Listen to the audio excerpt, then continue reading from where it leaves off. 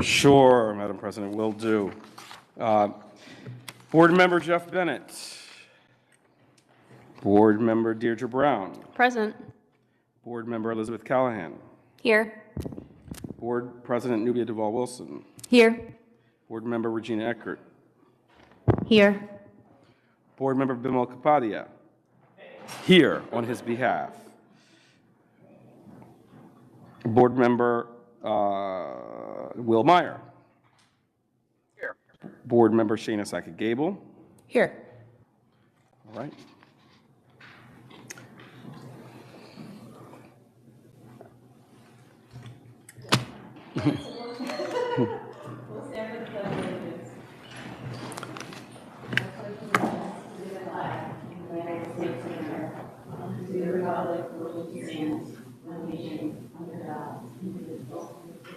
And justice for all.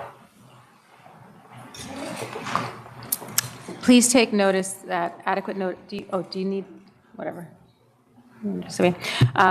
Notice of this meeting has been provided in the following manner: that written notice was sent from the Office of the Secretary of the Board at 2:30 p.m. on January 3rd, 2025.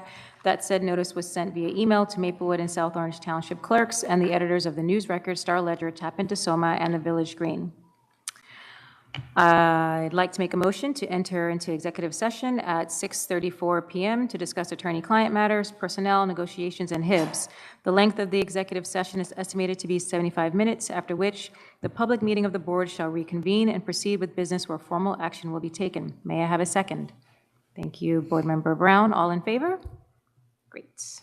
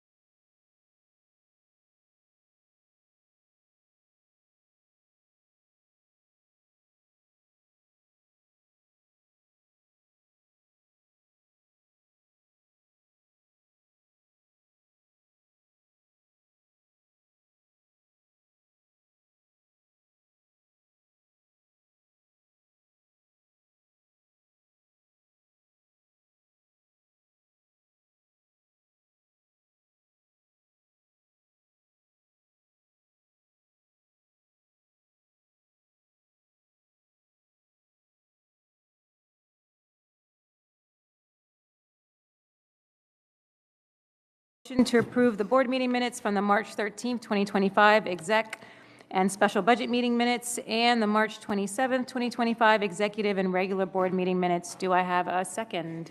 Thank you, Board Member Second Gable. All in favor, please raise your hand. Great, minutes are approved. And now we'll have the student update. Thank you. Hello, everyone. I'd like to start off by congratulating junior Lola Cart Foster for being accepted into the highly competitive secondary student training program at the University of Iowa. This year, the program had an acceptance rate of just 1%, selecting only 35 students from a national and international applicant pool. Lola was matched with the Neuroscience and Pharmacology Lab, where she'll pursue research that aligns with her interest in neural engineering. She'll spend the summer engaged in specialized, hands-on research and has also been awarded a 50% scholarship to support her participation. Congratulations to Sophie Kahn, a CHS junior and aspiring political science major, for being selected as one of 32 New Jersey scholars for 2025. This prestigious program at the Lawrenceville School offers a dynamic 5-week summer experience where students engage in an interdisciplinary college-level curriculum. Great work. Congratulations to Columbia High School's film students for earning the Best in Cinematography Award from Kent Place School, Columbia's first filmmaking award from the school in 15 years. Junior Oliver Pennelbear directed the winning film Project Weekend with standout performances by seniors Zachary Barron, Neve Kunievsky, Theodore Rotberg, Sophia Nautrup-Jones, and Adam Jacob. Special recognition also goes to Reese Wolfinger for earning his second award in 2 years. Kudos to all, and to their teacher, Mr. Morigliano, for guiding and inspiring our young filmmakers. We're so proud to announce that 9 educators from 5 schools in the South Orange and Maplewood School District have been selected as recipients of the 2025 Rickey Teaching Fellowship, generously funded by the Achieve Foundation. These fellowships, totaling nearly $10,500, will support teachers as they engage in professional development programs this summer across the country. The selected programs focus on advancing teaching practices in literacy, diversity, social emotional learning, and the arts, areas that are central to our district's commitment to equity and excellence. Congratulations to the following SOMSD teachers: Ms. Tui, Ms. Riss, Ms. Mamrak, Ms. Montez, Ms. Lake, Ms. Rowe, Ms. Hampton, Ms. Johnson, and Ms. Thomas. Congratulations to all.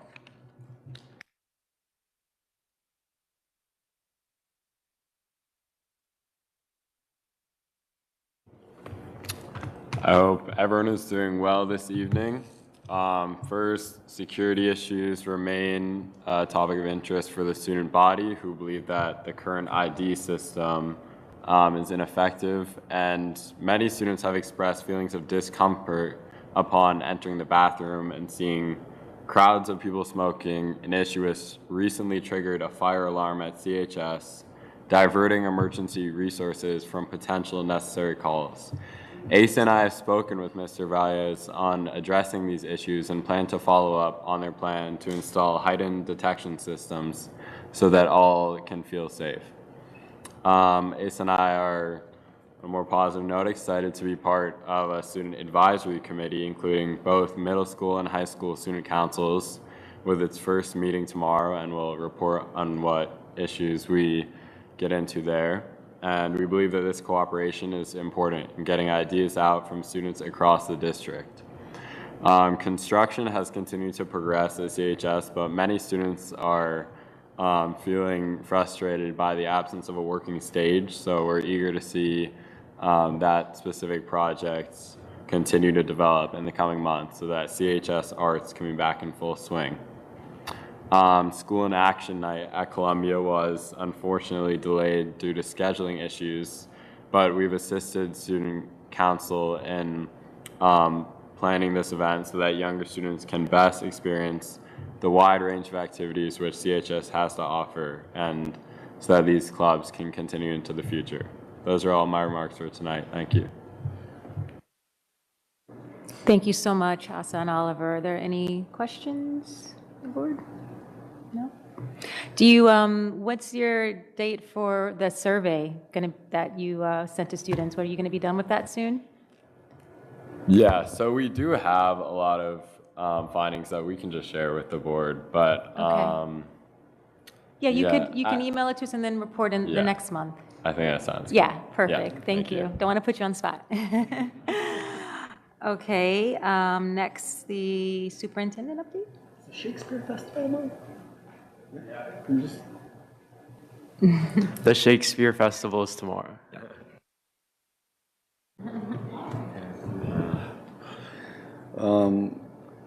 I do have the Student Advisory Council on my calendar.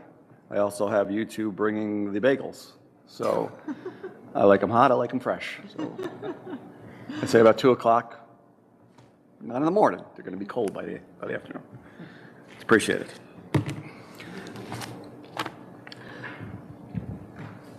Wanted to just touch on some items we've been working on. I do want to give a big shout out to South Orange Police Department Chief Ernesto Murillo, who is retiring.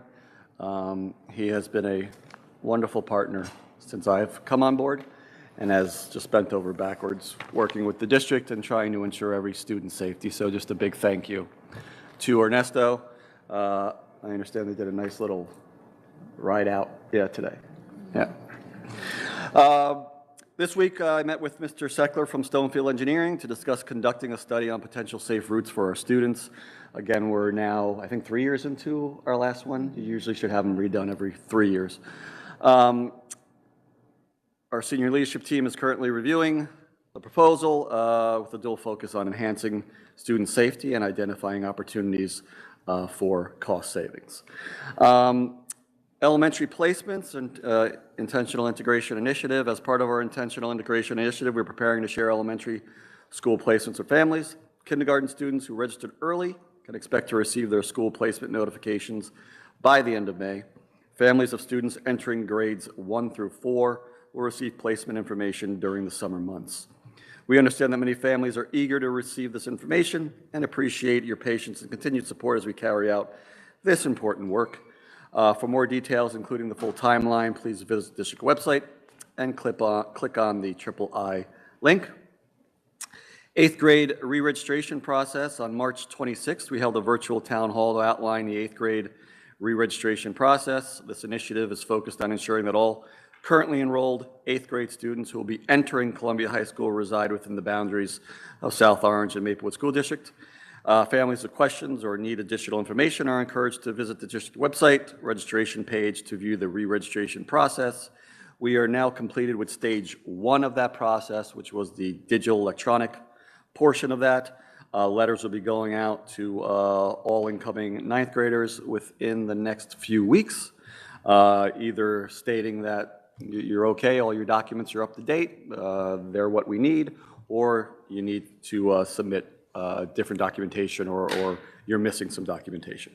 Again, documentation will be shared with no one. It will be kept private, and data will be shared with no other body. Ritzerfield, we are currently waiting for a cost update on version 1 of the Ritzerfield proposal from Spiesel Architects that was approved in Look at that, that's a teacher. 2 years ago? 2 years ago, okay. Just testing. Children's Cabinet. So we recently sent out invites to our new Children's Cabinet that we'll be facilitating. Again, the objective of the Children's Cabinet is to connect all members of the SOMA community who support children in order to create and coordinate a cradle-to-career system of services, supports, and opportunities that ensures every child can thrive in SOMA. The inaugural meeting will be held April 30th. We invited over 30 individuals and organizations that directly service children of the South Orange Maplewood School District. Again, one of the objectives of the Children's Cabinet is to really look at gaps in services. and also look at redundancy. You know, one organization may be doing what we're doing already, so why not work collectively? And also get groups together for opportunities in regards to grants and funding. Budget Advisory Committee, we had our last meeting Monday? Believe that was yesterday. Yeah. No. That was Tuesday. Tuesday? Because I was on. Tuesday. Tuesday, thank you, sorry. Tuesday, our fourth meeting. For those of you who don't know, it's an advisory committee with representatives from all stakeholders in the district. Its purpose is to learn more about the district's budget, share that information with the constituent groups, and provide feedback in the budget development process.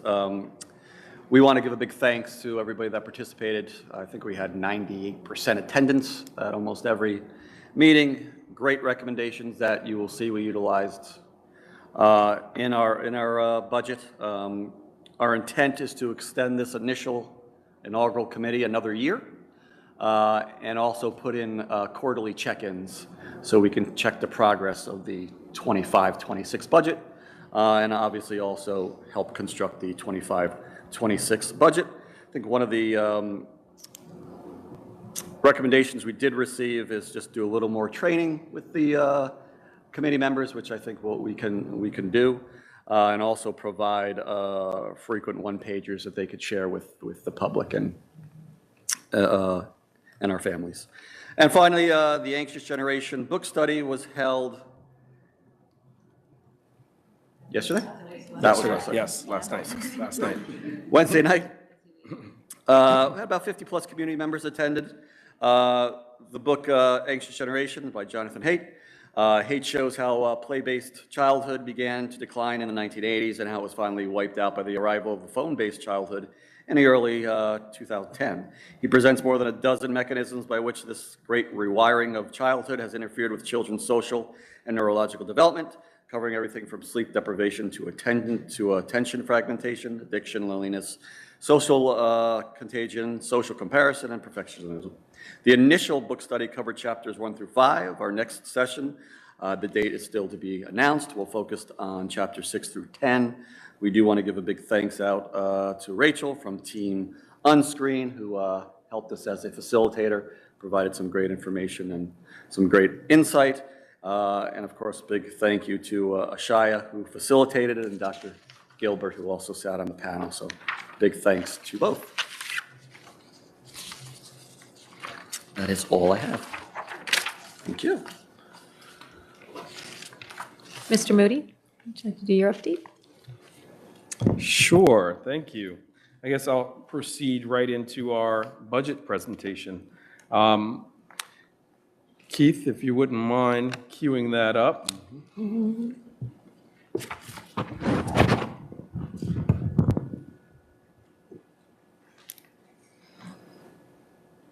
Thank you, Mr. Bonds. Bless you.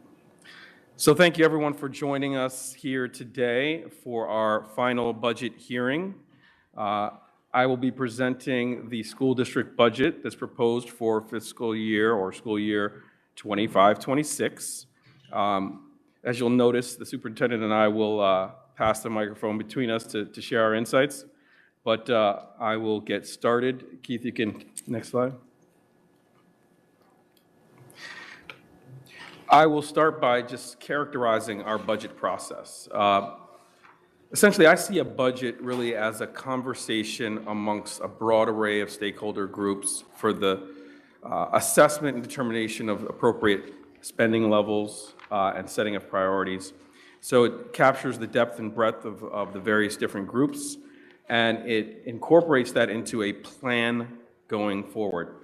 It is kind of equivalent to a lighthouse and a beacon in that we're looking to actually present forward what our priorities and objectives are, and then direct and signal where those sources of funding should be directed toward their intended use, all linked to the priorities that are set forth by the school district and the board who's tasked with setting that way forward. Next screen. Good, Keith, thank you. I want to point out that when we presented the preliminary budget, I could see this screen and it was not blurry. So I don't know if that's a comment on my age. I have an extra pair of Or glasses- Mr. Bonds. Glasses here. So did want to put in my 2 cents before we start the presentation. And as you see on the left, when we came in, or when I came in, there was a theme of distrust and trauma. Distrust is a little different than mistrust. Distrust is you're not trusting a person or a party due to something happening, due to an experience. So we were very intentional in using the word distrust. So for us, it's one of the barriers or challenges that we're trying to overcome as we move forward. We understand there was a lot of trauma from that distrust over the last few years, and that's a lot of the work that we have ahead of us. So just real quick, coming in, as you all know, I believe July, our BA had left, and our assistant BA was leaving. I think she had another week. So obviously those 2 actions pushed me right into the budget, one of the more important things we deal with in central office. And then when we brought our interim BA in, it provided an opportunity to get another set of eyes on the 24-25 budget, and also provide a partner to sit down and analyze what it looked like. We shared with the board, we shared with the public that we did find some challenges with the 24-25 budget. Thereafter, we were lucky enough to get a new assistant business administrator, a new BA. We also had the privilege of bringing in a very well-known consultant, and we all realized there was a need to redevelop the 24-25 budget completely, while starting to develop the 25-26 budget. During that process, we all came to the agreement that we landed on a zero-based process that we would employ, just strictly starting from scratch, just due to the lack of information and artifacts that we had. And part of our job moving forward is really to bring that department into the 21st century and make sure that we're utilizing such things as our Systems 3000, that we're using an online PO system, so we have a track of everything that we are doing. We have been strategic, and our methods have been more scalpel-like. Spending freeze in January. We froze hires until an audit of certifications was completed. We examined schedules, visited classrooms. However, the challenge still remains. We have costs that are much more than our revenue. And by much more, you're looking at the millions. We have to build up our reserves. You've heard this message again and again and again. And for those of you who aren't familiar with ed technology, that is our savings. We have to build up our savings.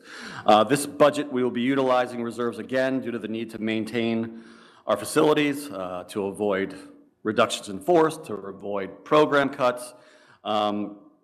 This should give us time and to continue our process of analyzing such things as our outsourced contracts, and you've heard that message throughout. We outsource custodial, maintenance, transportation, paraprofessionals, food services, security. During this budget cycle, we had the opportunity to really delve deep into a couple of our private vendor contracts, but we still need more time to continue that work.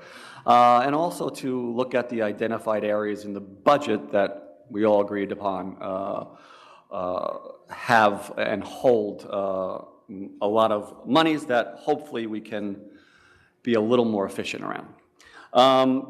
Moving forward into 25-26, we have to be more resourceful and innovative when it comes to making the hard decisions in developing a balanced budget. We cannot continue the pattern of relying on reserves. Additionally, we need to explore alternative revenue streams and continue to look into cost savings. We've been showing this at all of our presentations, town hall presentations, but you've read the headlines. We are not alone, whether it's West Orange, Montclair, East Orange, Old Bridge, Lacey, Ridgefield, Hillsborough, South Plainfield, you name it, the list goes on. We will need continued advocacy on our part in Trenton to hopefully change the funding formula, or as noted in the aforementioned paragraph, we have some investigation, some analyzation, and some real difficult decisions to make moving forward. And for us to overcome the challenge of distrust and the trauma that this community has gone through, that means we have to be very transparent around that work. So we're going to be exploring every option. And again, as noted, we're going to remain as transparent as possible with that process for upcoming budgets. The idea of no surprises will be our focus moving forward. We talk about this regularly. And you'll see in this budget presentation, we have a projection. We're hoping to detail that projection moving forward as we do more of our work. Our plan is to start the 26, 27 budget October 1st. So work around that budget will start October 1st. We'll be as transparent around that as possible. We're hoping that this open communication and transparency this past year has demonstrated our intent to create a more participatory budgeting process where we want more people involved. As noted previously, we really did enjoy working with the advisory committee. We got some great ideas and utilized some great strategies from that group. I think that also means as we become fiscally responsible and really are working on building a sustainable budget in the years ahead, that we also have to address, and I've noted this before, the uniqueness of South Orange Maplewood School District. We have to work to do communally, as well as remembering we are models for our children, right? That's got to be in the forefront of our work. The honesty, the candor, the transparency needs to be there, but we also need to work collaboratively and be intentional around that and know that every behavior and every word that comes out of our mouths are modeling it for our students. You know, for us, when we discuss this, I think we have a real good possibility of shaking that uniqueness moniker and really transitioning over to collaborative, professional, and united. And that does not necessarily mean that we agree on everything, right? But it can mean that we can agree to disagree. And we model that for our students. We also model that for our community. So that agree to disagree also mandates civil discourse, which I think over the next year, we're going to provide parental and community workshops on that. I can speak to everybody in this room because they know this. It's part of our work with New Jersey school boards as well. The board has been putting in time and work around that. So we're hoping to model that as we move forward. I could promise you that we do remain steadfast to working together to set the district up for success in order to have a fiscally responsible and sustainable budget in the years ahead. We're going to have to keep in mind that this is going to involve going beyond district borders and really working closely with our community stakeholders. Because as we've noted previously, whether it's SOPAC, whether it's South Orange government, we're all going through the same thing. We have to work collectively.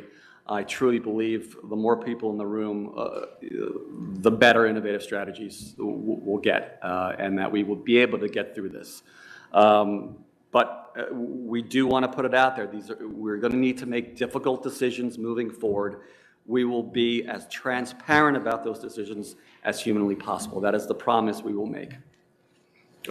Thank you, Superintendent Bing, and thank you for setting the tone here for this process. And I have to just echo some of the items that the Superintendent mentioned briefly. I want to extend my gratitude to the board, the full board, for operating collaboratively and with decorum as we have moved through this process in a more granular way than I think has been done in the district. There's a great deal of scrutiny. I'll speak to that in our process. Keith, you can do that next slide. But here I want to just give an overview of what our process was, right? Our process was one where first we listened to the concerns that were expressed to us from prior years and concerns, and we kind of did some research and determined that this had to be a great deal more collaborative, this process. We had to involve all the various different stakeholder groups, so I'm going to speak to that. But we wanted to collect our budget priorities that are given to us by our board, and then make certain that they form the thread that pulls through everything, every set of decisions that we make during the whole budget process. As Superintendent Bing mentioned, the budget process is actually a process that just never stops. It's a year-round process. Budget priorities are set in July, August, the summer that precedes the school year. By the second payroll in October, it's healthy to have at least established your projected staffing through your position control roster. And then it's an iterative process over the next several months to really infuse the budget priorities into all of your analysis and all of your sets of decision-making. And we have chosen in this process, even though it was compressed due to the lateness or the timing of our arrival, to really be collaborative throughout. Well, I'll detail some of that. Then we go into projecting revenue meticulously and ascertaining the likely projected levels of resources that we'll have available to us. And we all know that there's been tremendous pressure, both at the federal and state level and local level, as to the setting of the revenue that we have available. Then we look at our enrollment, we project out the enrollment, and we look at the needs that we will be serving in the coming year. We then go through every account line and every function or department and determine the necessary levels of expenditures. Then we look at our tax impact, and then I'll take you through some budget highlights that exist for our process for this year. Next slide. So, We were lucky enough that we came in to work really close with the others. Been a wonderful help in this process. The audits that were done in regards to special services, the long-range facility plan that was done as well, and also Spiesel Architects, who really helped us better understand the capital project and where we were and where we were going. yeah, thank you for that. Those are some of those external stakeholders that really helped us kind of train our lens and inform our thinking. When you have auditors at your shoulder for your entrance to a school district, kind of like it directs you directly to the challenges and the details, the facts, that are substantiated. So that process, starting that audit process in conjunction with the start of our budget process, was really essential, and the other stakeholder groups that you mentioned as well. So in that process, we availed ourselves of those external parties. We also, of course, engaged through board meetings and with the board forum. We engaged in iterative small group board meetings. Of course, we can't assemble the full board all the time because that would violate Open Public Meeting Act designations. So we assembled small group meetings to hear from our board and to share developments with our board. We also have board committee meetings, and in those committees, such as the personnel, finance, facilities and technology, we dive deeper into the concepts that we're exploring, into the levels that we're looking to set. And then our community conversations, and as Superintendent Bing mentioned, our budget advisory committee meetings, where we interact with folks who we've asked to come and lend their time from the community. We've also engaged in many different town halls. We've done surveys with the community, and there's been other forms of district correspondence. There's been advocacy in Trenton. The superintendent has gone down to the state capitol several times to advocate for change to the SFRA, State Funding Reform Act, that sets the level at which state aid is distributed to districts. I myself had the opportunity to also speak with Senator Teresa Ruiz and advocate also for the changes and updates to the formula to make everything more equitable in terms of how state aid is apportioned. We've also had town committee meetings with South Orange and the town of Maplewood. Mr. Bonds? Keith, if you can advance that. Oh, okay, sorry. Got it. Now, off to our budget priorities. I spoke earlier about the fact that our board set forth for us priorities to guide our hand, to guide our thinking, to guide our decision-making, to guide our analysis. These, what you have before you, are the priorities that were set for us. We were called upon to design learning experiences that will propel students through college and career by preparing them to become leaders, designers, problem solvers, and innovators. We were called upon to optimize current programming and staffing and engage in strategic deployment of maximized resources. The fact is, this guidance was essential throughout this whole process. We needed to meet the needs, the growing needs of staff and students and community, but that called upon us to assess those needs at each juncture. Our priorities that were given to us also called for us to continue building improvements and to execute on maintenance projects and construction projects that were already underway, consistent with our long-range facilities plan and any emergent need that we see.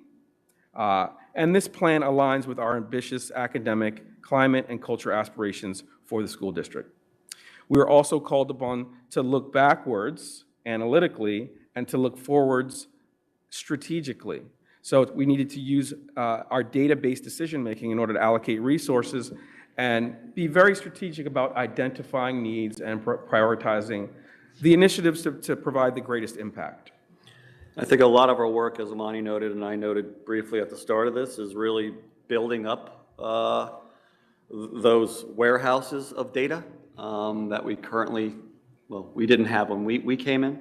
So whether that's Linkit, whether that's training all staff on Systems 3000, whether that's online assessments, we want to make sure we have a data warehouse so we're able not only to track where our monies are being spent, but also track the impact of the items, equipment, the books that we are purchasing with those monies. Absolutely. That additional technology will help us going forward. So next up, Keith. So our budget development milestones. Our preliminary budget was presented at the board meeting on March 13th and then submitted to the county on March 19th. As mentioned before, we've had budget advisory committee meetings, and those dates were February 20th, March 6th, March 19th, and March 22nd. Budget town halls, March 25th, April 2nd, April 4th, April 10th, and April 11th. We also did municipality presentations April 1st and April 28th, as well as tonight, our public budget hearing on April 24th. Once the budget is voted for approval, the user-friendly budget will then be posted on the district website within 48 hours after the public hearing. The 25-26 budget is implemented starting July 1st, 2025, but runs through June 30th, 26, and the district starts working on the 26-27 budget, as I mentioned, in October of 2025. Thank you, Keith. Next slide. So our revenue sources, this is the first stop. This is where we look at the very real and certain realities of the likely money that we're going to receive. I mean, it's a difficult thing to do in advance of the setting of those revenue targets, but we can project at least local tax levy at 2%. New Jersey's law, NJSA 18A 7F 38, assigns that it restricts school districts to a 2% increase in their tax levy. So that's something that we know and can project. And then we need to go forth and project enrollment adjustments, healthcare adjustments that are based on our likely growth or decline in enrollment and any changes year over year in healthcare spend by the district. What's more difficult to determine is the level of state aid. This year, there was a great deal of uncertainty. There's a great little of consternation across the state because folks had no idea what they would get in the way of state aid, amongst us included. But guidance was provided to us in advance of state aid being determined that suggested that at least there's a floor. They let us know that state aid would not go down more than 3%. However, we were lucky. We were lucky and we got 6% in state aid, and I'll cover that when we get to the actual levels. Then there's also the SEMI, Special Education Medicaid Initiative. And this is where we can get reimbursements based on our allocation of resources towards special education endeavors. However, year over year, in this year, there was a change to the calculation methodology, and each district across the state is actually due to receive less in semi-aid. And I'll talk about that when we get to that. Our internal sources of revenue to supplement the appropriations are interest earned on our assets that we have in our operating account, or assets that we have that are proceeds from the sale of bonds. We can earn interest or returns there. There's also rents and royalties through the allowance of our communities to use our facilities for their needs. We're hoping to grow that as well. There's also miscellaneous revenue. That's a category that kind of is a catch-all for any other source of funding that comes to our district. Not even necessarily funding it, because it could be reimbursements or bank, monies that are returned from the bank. And then we have as a potential, it's not a revenue source, it's kind of a source of funding, and that is our district reserves. And we can use this as a funding resource where we deem necessary, but we are called upon as fiscal stewards of the district to be extremely conservative in the use of those funds, and to really do our best every year to try to add back to those funds so that the next year and the subsequent year to that, we have some available resources for emergent needs, capital needs, maintenance needs, or any other needs. In corporate world, you do a SWOT analysis, strengths, weaknesses, opportunities, and threats. And where there are opportunities that may allow for you to invest in them that will increase and achieve new efficiencies, we want to have reserves to be able to address those. And where there are threats, we want to be able to address that as well. So it is our duty to do everything we can to try to engage in some savings to increase our district's reserves, because prior to our arrival in the years that lead up to today, the district had to really tap into those reserves year over year. And this budget that we are presenting here today also does contemplate using some more in the way of maintenance reserve. I'll go into that a little later, but we need to turn that tide and be about the business of adding back to reserves because of the fiscal cliff that we've been talking about. We also have a pretty good opportunity here because we'll be starting the strategic planning process in the very near future, and really have an opportunity to look at growth areas for us moving forward and get different sets of eyes on that. So for us, I think we're in a really nice spot to bring in the community and bring in stakeholders to really take a comprehensive look at where we have growth areas, where we have cost-saving opportunities, and things of that nature. That's correct. So this slide is our revenue picture. I discussed the fact that we don't know in advance how to project for this. However, we do our best at each iteration to kind of project forward. And as information comes in, we're able to set these levels for the coming year. As you can see here, year over year, our tax levy, we were able to leverage that to the 2% cap, and that accounts for the increase in tax levy revenue. Then we also were able to get an enrollment adjustment that we're projecting to be $850K because our enrollment is projected to increase. We also, this year, as I mentioned prior, got 6% on a growth in our state aid, which took us up by around $619,000 to $10.9 million. A lot of our neighbors did not get that kind of growth, and they're suffering. I also spoke about the fact that maintenance reserve has been used in the past years to really address some of the emergent needs around the district. As we know, this district has some of the oldest infrastructure. Columbia High School is the oldest high school in the state. I always like to say that. But We've done a lot there in prior years with our bond issuance, taking the proceeds of the bonds that were issued in prior years and doing some very comprehensive structural projects behind the walls, replacing HVAC units and the like, adding on additions to better accommodate our students and staff. So yes, there has been reserve use. Yes, we do project on the outside to potentially level $2.5 million from our maintenance reserve in the coming proposed fiscal year. That said, we're taking that on a project-by-project basis and making those decisions during the year.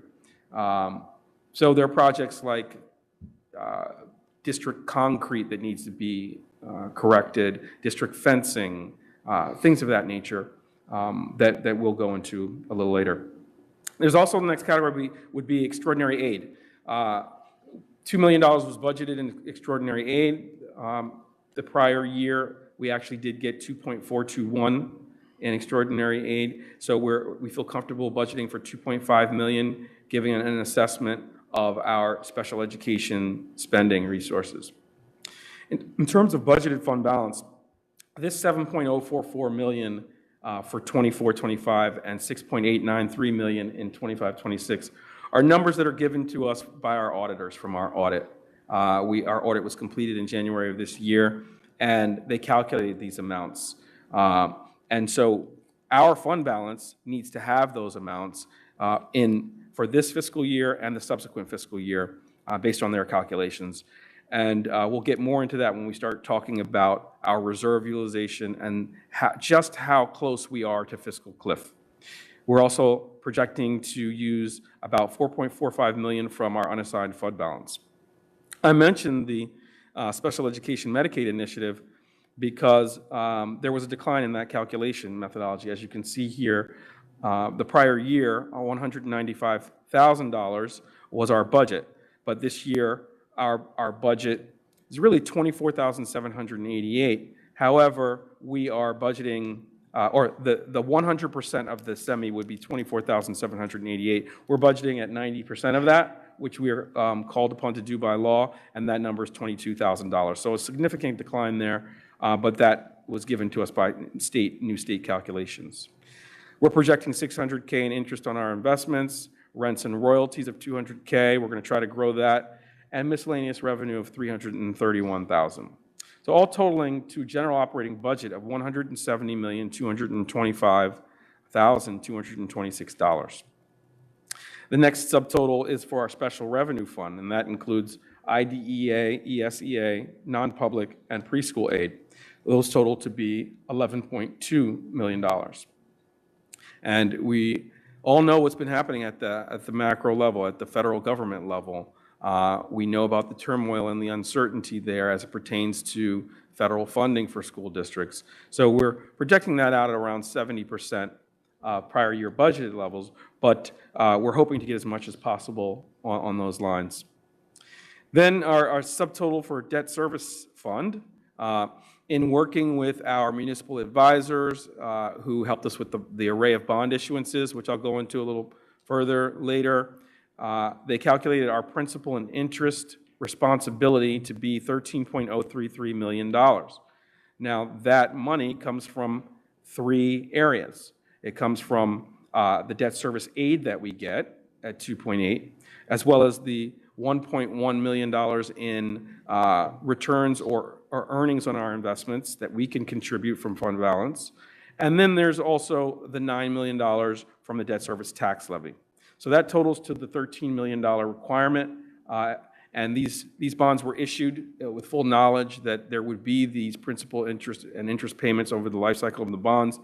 But it was necessary because that borrowing allowed the district to really do a wide array of structural construction spending that I've referred to prior.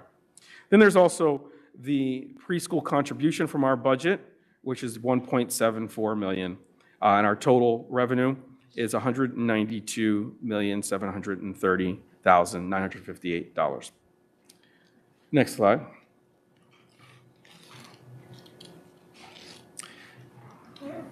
So this is just a picture of our revenue. As you can see, the local tax levy is 83.3% of that.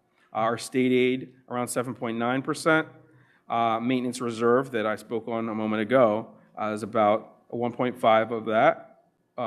And then our budgeted fund balance use is 6.7% of that. That's what we're trying to scale back. And then we have local revenue of 0.7%. Next slide.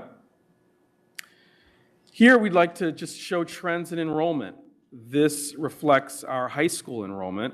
And as you can see, it kind of peaked out around 1920, trended downward somewhat, and then now is on the rise. Next slide. Middle school shows a similar structure, just a bit more pronounced in its peak around 1920, but then the levels have been increasing year over year, and we project further increases. Elementary school, similarly, much more pronounced, and that bodes well for growth in our student population moving forward.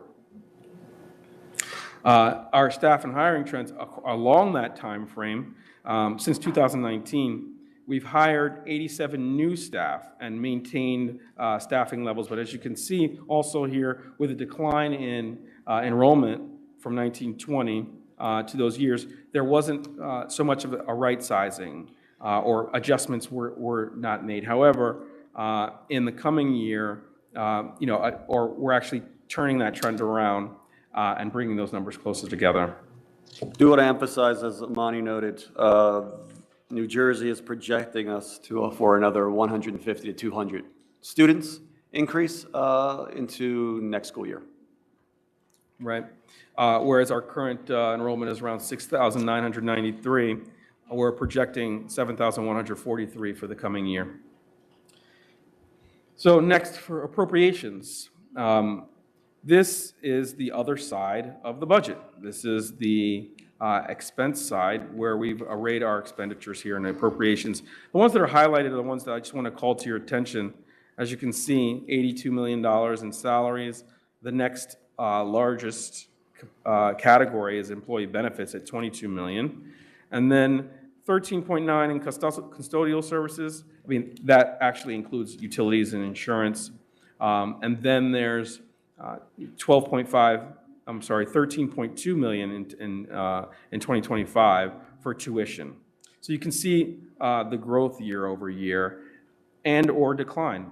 For instance, with transportation, you can see we've taken some actions. We've been able to bring that dollar amount down a little bit. We need to achieve more in the way of savings on that line going forward. Next slide. So here I want to just go into some of the different categories of expenditure that we face and our rationale for making our projections. We did project for our increases in salary, which is our largest expenditure, with rates consistent with our current negotiations. And there's increases projected of 15% in terms of health benefits costs, utilities costs, and insurance costs, 5% for just custodial services. Now, based on our trends, we looked at, Superintendent Bing mentioned just the wide array of different vendor contracts that we have, how things have been outsourced. That's a part of the challenge with the district. We've been looking at trends. We've been exploring those contracts, making changes to vendors and vendor language, and just optimizing, making those contracts more efficient. We have to do that with each line in this budget process, but we also have to optimize that further as we push forth into the 25-26 year and begin looking out to 26-27. Next, tuition. We spent a lot of time with our Assistant Superintendent of Special Services and really projected out the costs associated with out-of-district tuition and placement for tuition, as well as transportation costs for out-of-district for special education. We also judged and based our projections based on the demand that we see that exists today, and we made very realistic projections as to the 25-26 year in terms of projecting our needs and made certain to allocate resources to those needs. We've made some good progress also this year, just bringing students back in district, and that's got to be our focus moving forward. If we talk about areas of growth, areas of opportunities, it's investing to be more efficient and to save money. So you'll note we added a child study team, and we also added an ERI classroom this year. So we need to take a close look at our continuum of services and really see what we're sending our students out of district for, and address internally if we could facilitate those programs with Fidelity in-house. That's a good point there. For each of these categories of expenditure, we're called upon to make investments in order to change the economics of the likely outcomes or to experience savings or increase revenue. So we're, similarly with transportation, we're anticipating a growth in transportation costs, next slide, Keith, of 3.57%. And we're looking to review and explore options for employing a hub system. I like to refer to it more as a bus stop consolidation initiative, just because we want to be very mindful of all of the forces at play in our transportation analysis and be certain to be increasing efficiency and enhancing savings, but also shortening routes, getting folks to school on time faster. So we're reevaluating all of the district routes and refining those routes, optimizing bus sizes and the capacity utilization of the buses. Yeah, when we came in, as you all know, there was a transportation issue. We had the passing of the director, and it was all hands on deck. And, to be very honest, we learned a lot about the transportation system being down there for 4.5, 5 months. Part of that work was riding buses and getting a better understanding of the length of routes. So that's really work we have to do on our own as we just recently upgraded our TransFinder software, which is the software almost every district utilizes to schedule routes. I think we need to do a better job in regards to shortening those routes for our children, especially for our younger kids. Ideas such as bus hubs, are really ideas and concepts we'll be delving deeper into this school year, but not looking to implement. Everything that we're really exploring over the next year, we'll look to implement if the community thinks it's worthy in 26, 27. So I think this next year, 25, 26 is going to be a big year of exploration and discovery. As Amani noted, we identified the large budget areas. Now we need to get more eyes on those budget areas and try to figure out creative ways to make those more efficient. Yes, thank you, Keith. So this slide really just looks at the fact that we're balanced and gives you the broad picture by fund. We have a general fund of $170,225,226. We have special revenue of $11,219,775 and the debt service of $13,033,043 that I've spoke on before. But there's also a little blurb in this slide that talks about the fact that the debt service is the annual debt obligation of the district. And it's fixed, and it's the basis that is known from the beginning. It's separate from the school tax rate, but it's known since the actual bond issuances were approved. I also think, and Amani and I have talked about this, and Andrew as well, we have noticed a bit of lack of knowledge around budgeting 101 in our community. So, the advantage of having a lot of these town halls is receiving feedback, and a lot of the questions are around terminology and what does that mean. So I think on our end, we need to do a better job of just Budget 101 workshops for all of our stakeholders moving forward. So we'll work on that for the new year. Yeah, that enhances our ability to communicate and collaborate. Next slide. Now, we've been talking about the fact that prior years, there's been a use of reserves to meet the needs of the district from a facility standpoint. What's clear is that this district was in need and remains in need of continuing investment. But we also have to be fiscal stewards of our resources and be about the business of not allowing for any movement closer to or over a fiscal cliff. In that regard, we have to change our disposition and in the year and years to come to really add back to reserves and add back to fund balance, just to be prudent and to be certain we're not in a situation like these other districts that are out here. So I want to kind of give a picture of how that has happened. As you may recall, and as I've mentioned earlier, during our audit in January of this year, we were presented with our numbers, and that was the audit for the fiscal year June 30, 24. And we had around $33 million in reserves. However, the way reserves work and the way our fund balance works is there are certain reserves for certain purposes. There's a capital reserve, there's a maintenance reserve, there's legal reserves. And so what you'll see here is that from that audit, our auditors calculated $7.044 million mandatory to be used in the fiscal 24-25 budget. There's also a dollar amount of $6.893 million to be used in the 25-26 budget. That all came from the analysis during our audit. Our predecessors did elect to use $4.267 million from the capital reserve in fiscal year 25. We've been carrying out those projects. We're continuing to use that money to reinforce our infrastructure. And also authorized a $1.5 million draw from the maintenance reserve. So already right there in this year, this fiscal year that we reside in today, that contemplates a $12.8 million decline in our fund balance. That said, we have been vigilant about, as we discover and do the research for fiscal 24-25 account lines to generate a 25-26 budget, to be extremely prudent and to make certain that all of the monies are encumbered properly and that the resources are distributed properly, but that we are achieving savings to add back to fund balance. And that is referenced here in our projected additions at the end of this fiscal year of $9 million to our fund balance.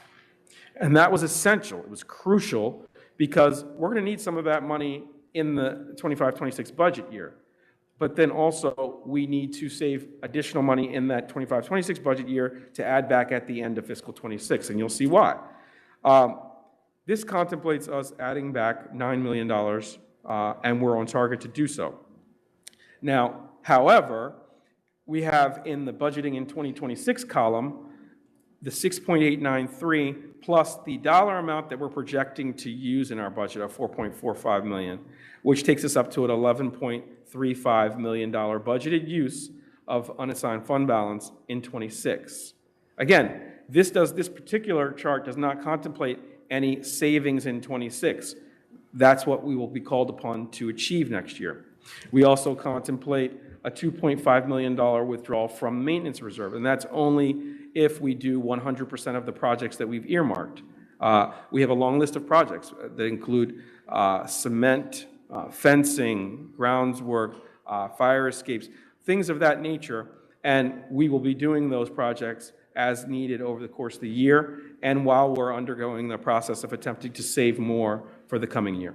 So this scenario does contemplate a $13.8 million use of additional funds or fund balance. That is if we do all of those projects. That said, we will be seeking to save more and to explore each of these account lines and explore each of the areas where we can optimize efficiency to add back to fund balance in the next year so that we can turn the tide around here.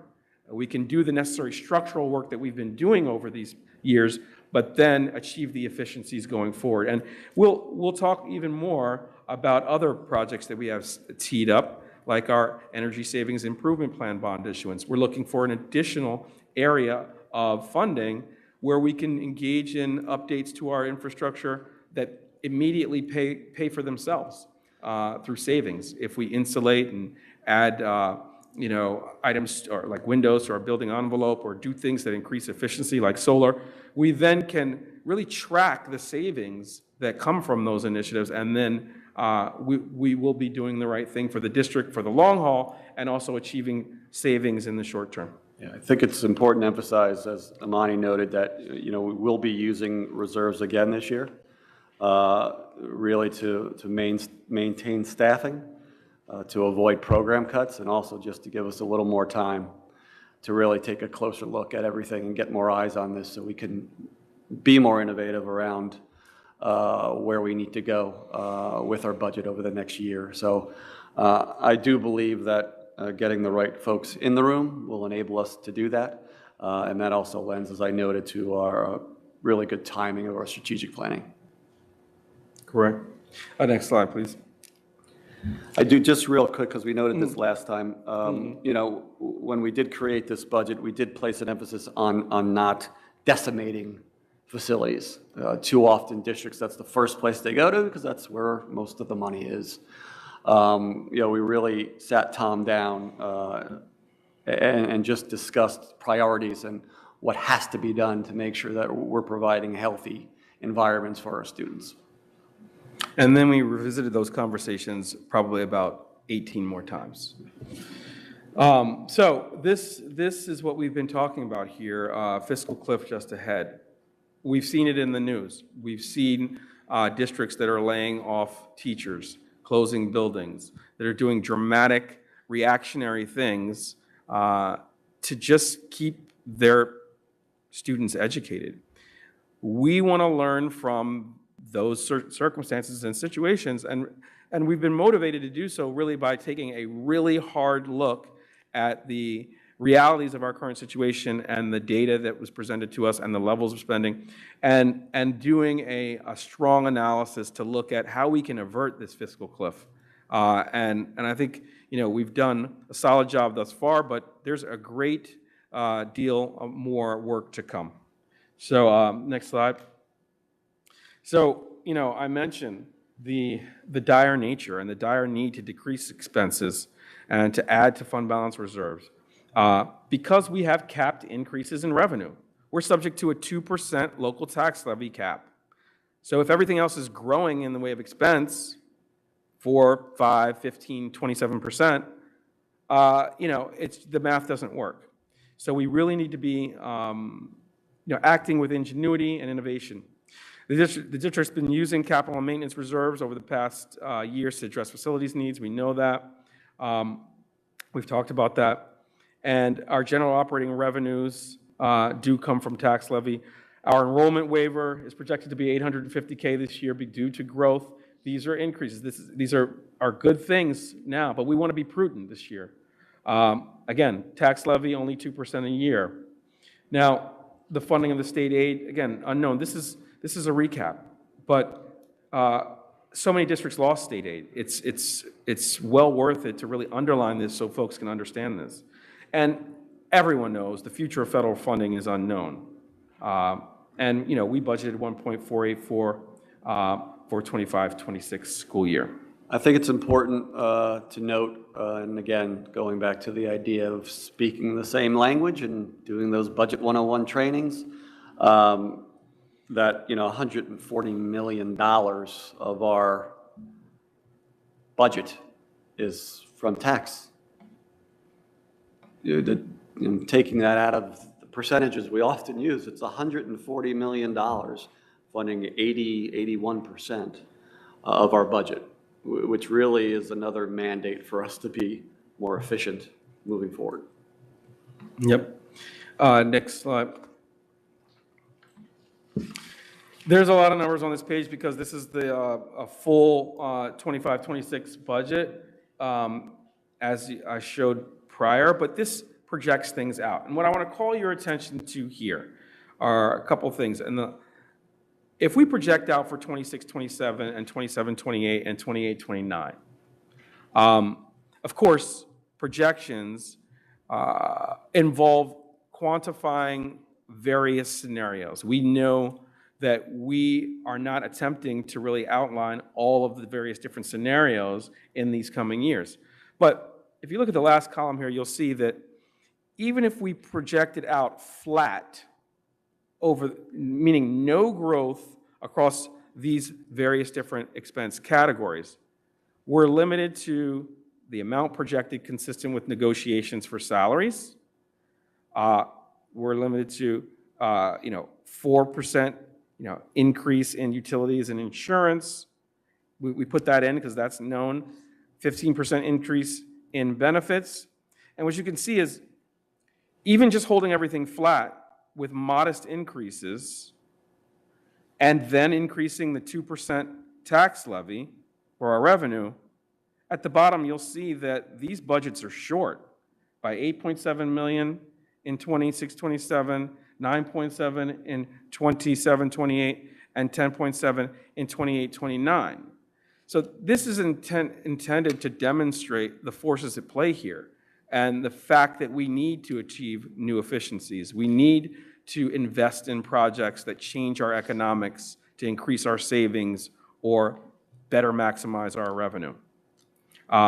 So that these pictures don't look like this and we're not looking at engaging in cutbacks of staff. Yeah, we have to be proactive. Living budget to budget is a horrible way to live, especially as a school district.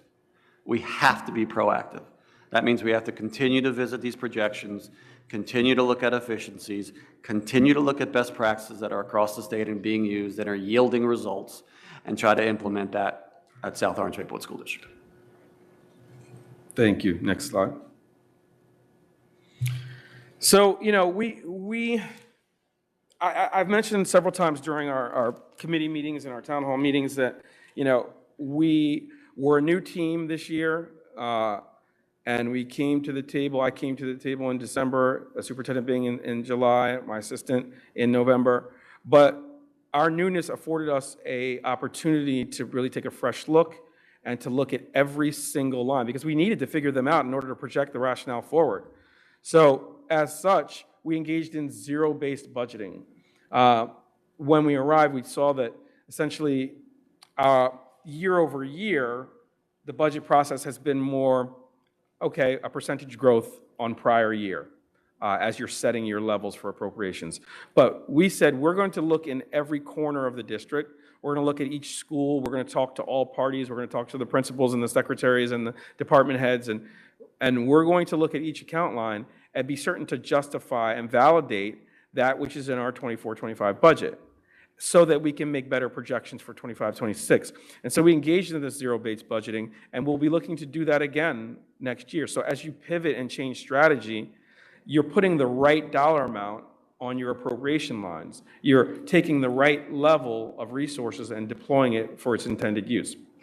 I think we were also, when we came in, we were all in agreement with zero-based budget. I don't know if we had a choice moving forward, because when we came in, the district was still using a paper PO system. So we literally were tracking down carbon copy POs, which I haven't done in over a decade. Descriptions in the Systems 3000 budget were not there.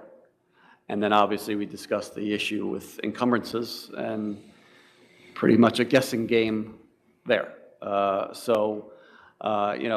We all agreed, whether that was our intern BA, or Monty, Andrew, or consultant, that a zero-based would be the best for us, but I don't know if we even had a choice moving forward. Yeah. No, absolutely. But it's both a challenge and an opportunity because it gave us the widest array of knowledge of the current situation and the best in the way of rationale for projection.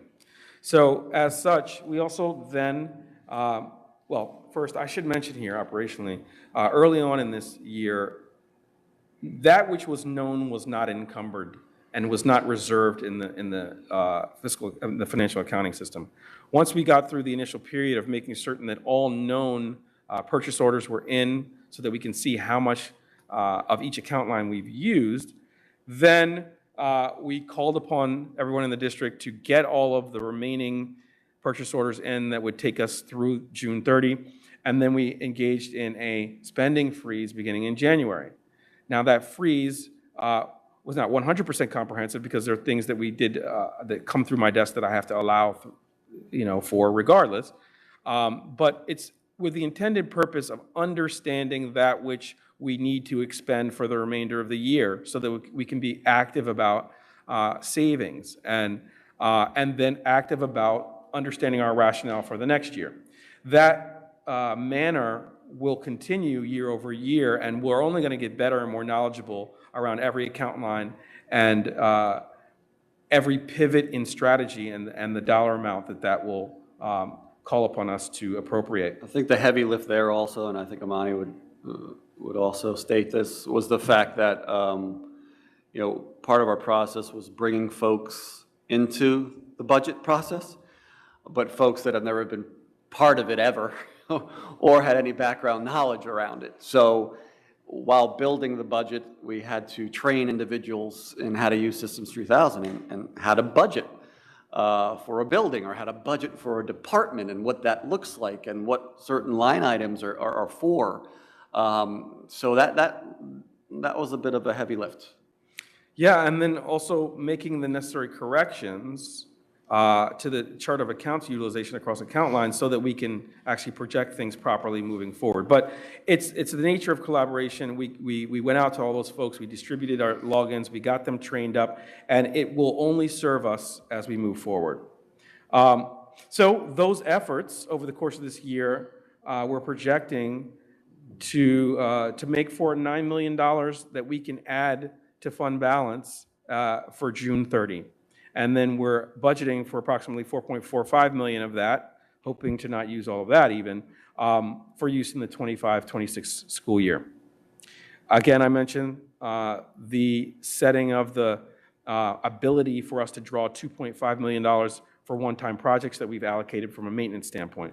I've also talked about the $6.89 million in legal reserves that was given to us by our auditor for use in the 25-26 of our fund balance. So that projected a substantial decline, and that prior slide showed that. So future budget years must have the objective of adding back to reserves, adding back to fund balance. And, the recommendation from the state is that we hold about 2% minimum year over year. Budget, next slide. So, more in the way of budget challenges, more in the way of color as to kind of what we were experiencing in coming into this. Many folks know that a wide array of federal funds, kind of disappeared or dried up or sunset in the prior fiscal year. The ESSER funding that went into place to help school districts during the pandemic, that's CARISA and then CARES and then ARP. All of those funding streams sunset in the prior year. So that was a part of our macro challenge.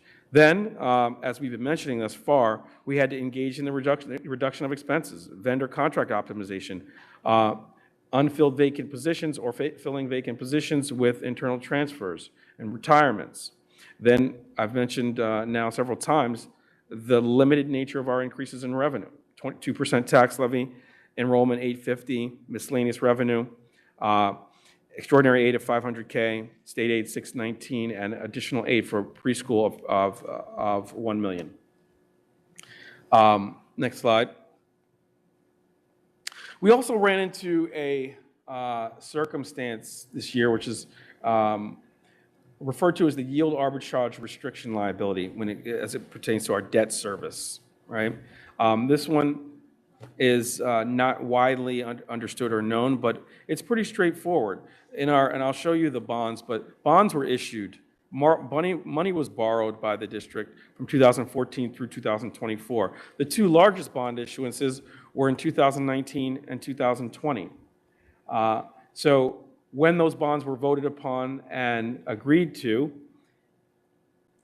it was known that they would be assessed after a 5-year period for excess return. Because of the preferential nature of the interest rates that you're allowed to borrow with for school funding, they put a cap on how much you can earn on that money while it's sitting in your bank account.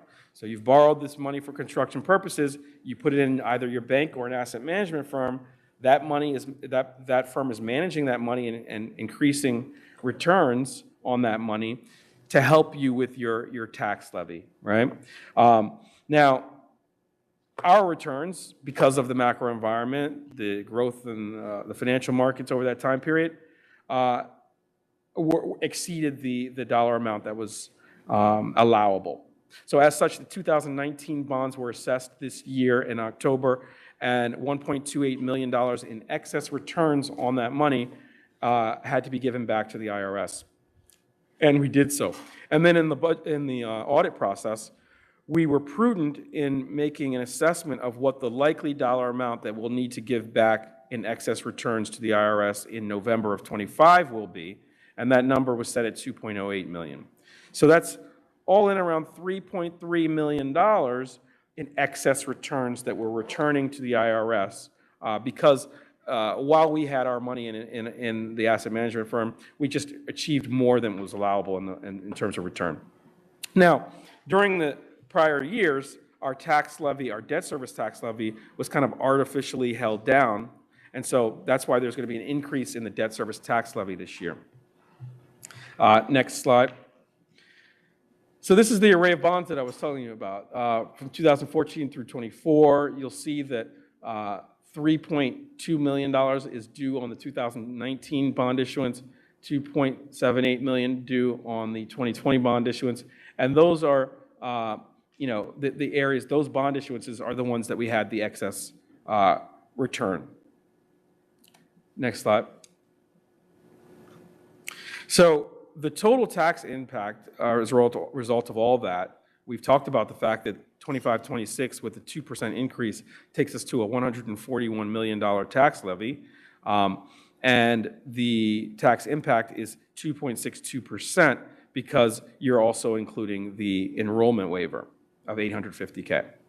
Our debt service did go up, and also because of that yield arbitrage tax liability, it did go up to $9 million this year. Now that made for a total tax impact of 4.92%. Next slide. Now, what that does, when we did our research on that, we found out the drivers for our increase in tax levy, but then we also found that there was a revaluation in both South Orange and Maplewood of all of the ratables. And because of the fact that they changed the valuation methodology for ratables, and they finally did a new valuation in 2024, whereas they hadn't done one since 2017, the ratables grew by $2.2 billion and $1.4 billion across the townships. And what that just means is that there's a larger tax base. And so even while we're projecting an increase in the school portion of the tax levy, the total tax rate for both townships declined. It declined to 0.74 by 0.74 in Maplewood and 0.65 in South Orange. So on a $300,000 home, that makes for around a $4,000 tax or $4.5 or $4,500 tax. Now, we thought it best to go through a number of different homes. So the next slide would be for a $500 million home. And as you can see there, that means that, again, a similar decline in that tax rate for the school portion, but that's a 6.7 or 6,700 and 7,500 in the two townships respectively. The next slide, Keith, 750, that would be a $10,000 tax levy and a 11.2 or 11,200 tax levy. Next slide, for a $1 million home, that would be 13,400 and 15,000 as taxes on those homes. Do want to point out, and I do want to thank Sheena and Nancy. Both mayors were extremely helpful, along with their staff, in regards to collecting data, and also the municipal partnership meetings that the BIML has been facilitating. We were able to get a lot of information from both towns, so it really helped us during the budget process. Absolutely, as well as the tax assessors who were at the ready, and we found that they were very thankful that we went out to them early because they said, in prior years there had been some frustrations around that, and so we went out and coordinated our sets of information early. Next slide, please. So the big budget actions that we took, budget freeze in January, we've spoken about that. We were able to project to add back millions to our budget. We also made for, an additional child study team. We always need to enhance and become more efficient about how we assess circumstances and distribute our special education revenue sources towards their intended use. So an additional child study team. We renegotiated vendor contracts. We are right-sizing personnel across the various levels, elementary, middle, and high school. We're implementing special services audit recommendations. One of the things that I did in preparation for coming to the district was I looked at some of the board meetings from November and October of last year, and I was able to see the result of those special services audits and how we were, making changes to better serve our special education community. We also talked about the yield arbitrage restriction liability and that mandated returns of excess funds to the IRS. We are also bringing back in, and each year we'll be looking to do this, bring back in key positions. Because of the fact that we're spending so much on HVAC maintenance and the fact that we've now brought in new HVAC systems across the district from the proceeds of the bond issuances, now we can actually retain the services of an internal maintenance professional so that we can achieve some efficiencies there, hiring somebody in-house versus having to go out from a contract standpoint and pay 3 to 4 times what we would pay. So we're looking for those kinds of opportunities. Again, zero-based budgeting across the board for the years to come.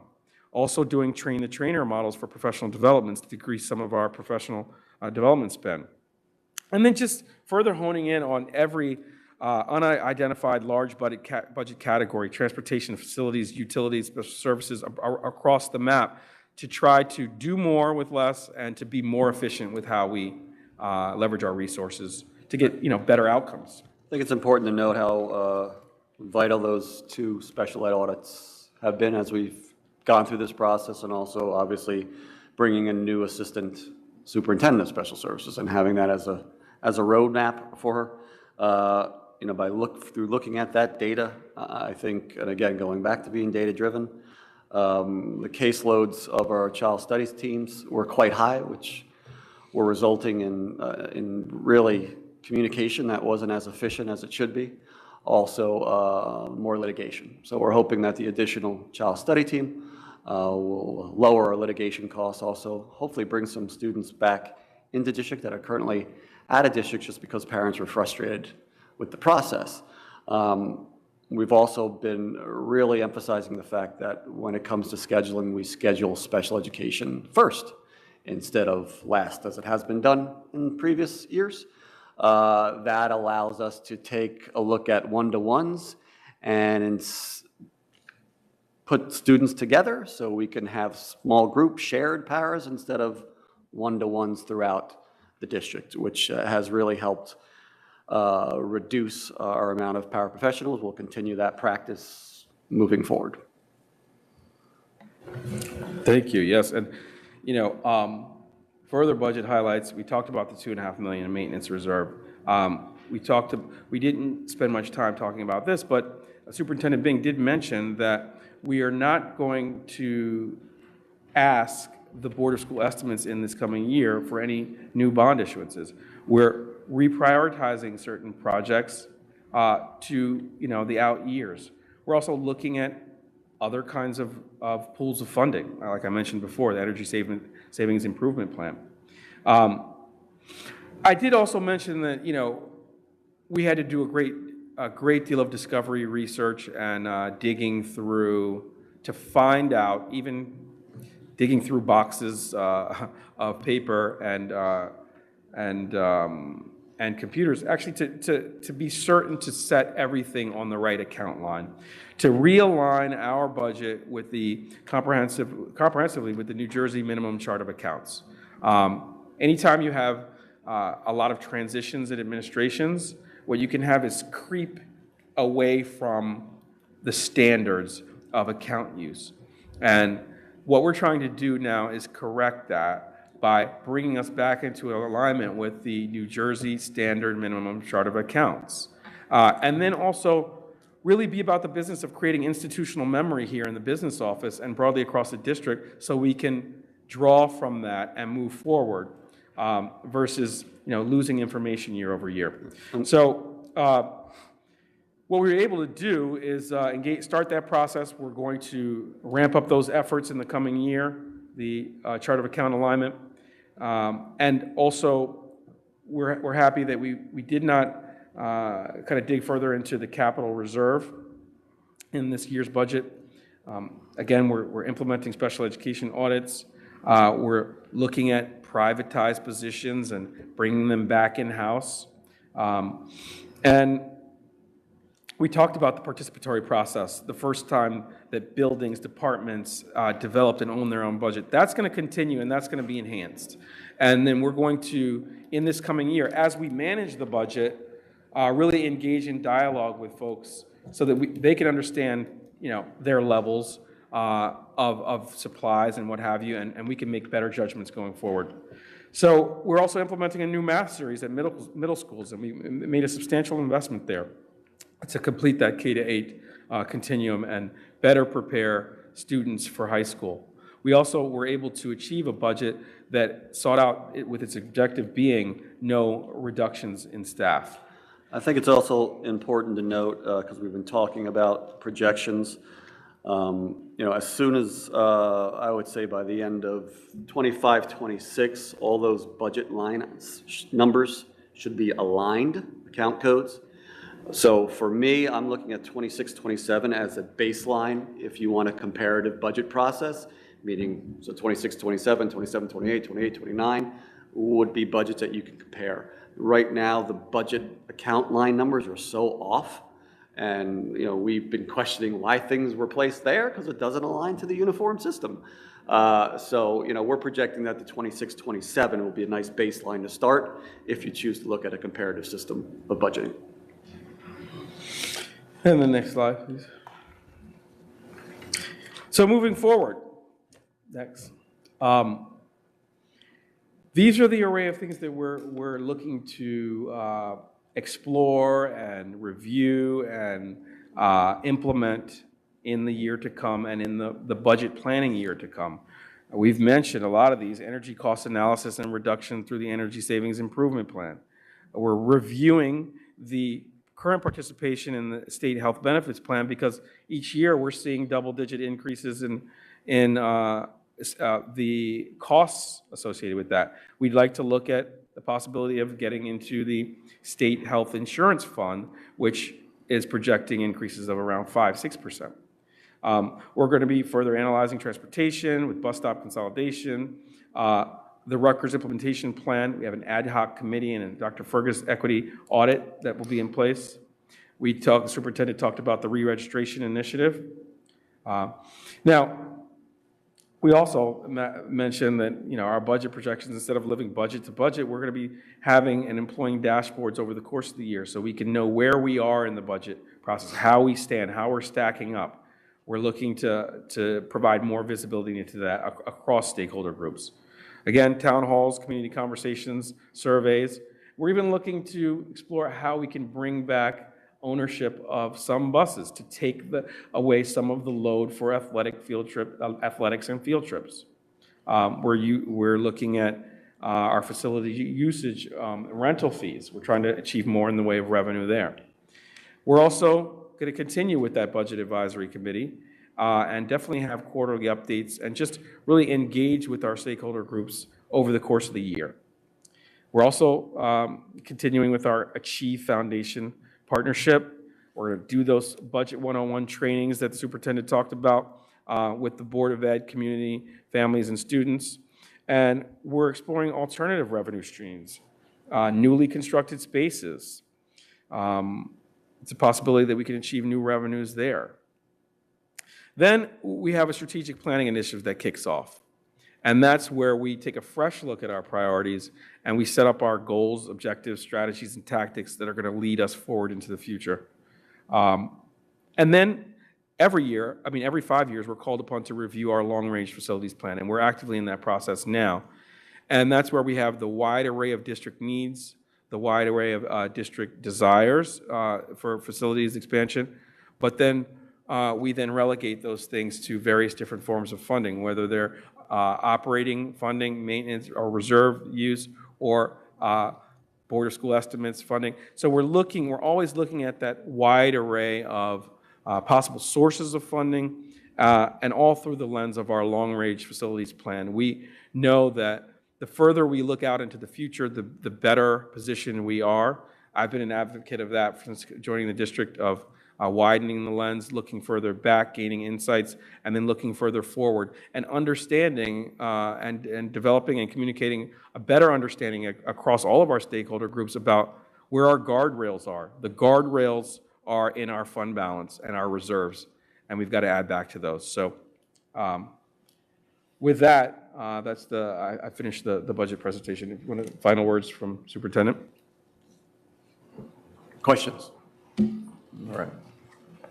I know our FFG chair, but one thing I want to say, one real quick, Bill, is I just want to expand on what you, first, thank you, very comprehensive, appreciate it. I want to expand on what you said about the Rutgers Implementation Committee, and I appreciate the district's support and reiterating how important that work is, and that it's a non-negotiable, and that we will continue to allocate budget to those efforts over the next, I guess now it's almost like a year and a half that we have left. So I just want, I want to make that point, and thank you for that. And then I know our FFT chair would like to ask a question, say some words. Thank you. Mr. Moody, Mr. Bing, thank you. You know, everybody knows this was a unique year with a new superintendent and a brand new BA 4 months in. Last year, we faced a much smaller shortfall, and we riffed 28 positions. This year, we did not do that, and I want to commend the commitment and creativity that it took to do that. I also want to commend my fellow board members, who everyone was very engaged through the whole process and asked the very hard questions. Some more than others, and you were all very responsive as time and space would allow you to be. So Bill, I'd like to list those people you just mentioned. Call to order, thank you. I do want to point out that part of our mandate was to avoid a reduction in force from the board. And that was mandate before I even started. That was part of my interview process. That was the question. So it's been a long-standing mandate. Definitely, definitely. And we're at the fourth quarter, so we're almost there. But yeah, so I did just want to say that the one critique that I have heard as FFT chair about this budget is the amount we're dipping into reserves. And so I just wanted to allow you to speak to this strategy and why maybe people shouldn't be so worried. Oh, absolutely. You know, that is a concern that not only I share, but I literally evangelize about in every forum. And if you look at this budget, we're only contemplating a $2.5 million at its highest end use from the maintenance reserve. We're hoping to not to use all of it. That's being prudent about project by project what we may need to use. We may not use more than 500,000, but we want to allocate that because if we choose not to use it, that actually will go back to fund balance, which is great. Now, again, we are looking to turn the district away from the fiscal cliff. Right? We need this district to be adding to reserves, capital reserves, maintenance reserves, legal reserves, every form of manner that we can add back to fund balance, we'd be well served to do. So, and we can only do that through new efficiencies, through breakage, difference between, projected salary spend and realized salary spend. These are, we're called upon to create new efficiencies here, and we need to be, as good fiscal stewards, directing that money back towards fund balance and reserve. So I'm fully in on that. It's just that it is prudent to be certain in the event we need to allocate that $2.5 million. We may not use more than a third of it. We'll have to see over the course of the year. Again, I also think it's it's a good opportunity for us to really take a hard look at this long-range facility plan that we're developing over the next 5 years. And that work's going to start over the next couple of months. Speedsel's almost done collecting all their data.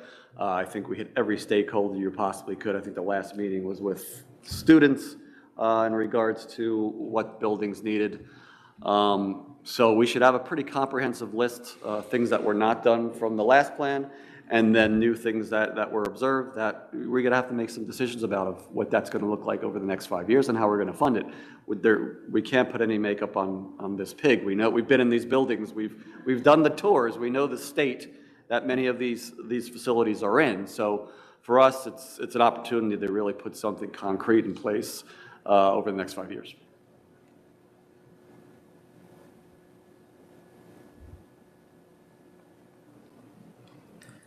Thank you all again for the thoughtful and transparent approach to this whole process, especially the opportunities that you created to educate both the board and the community on the budget process.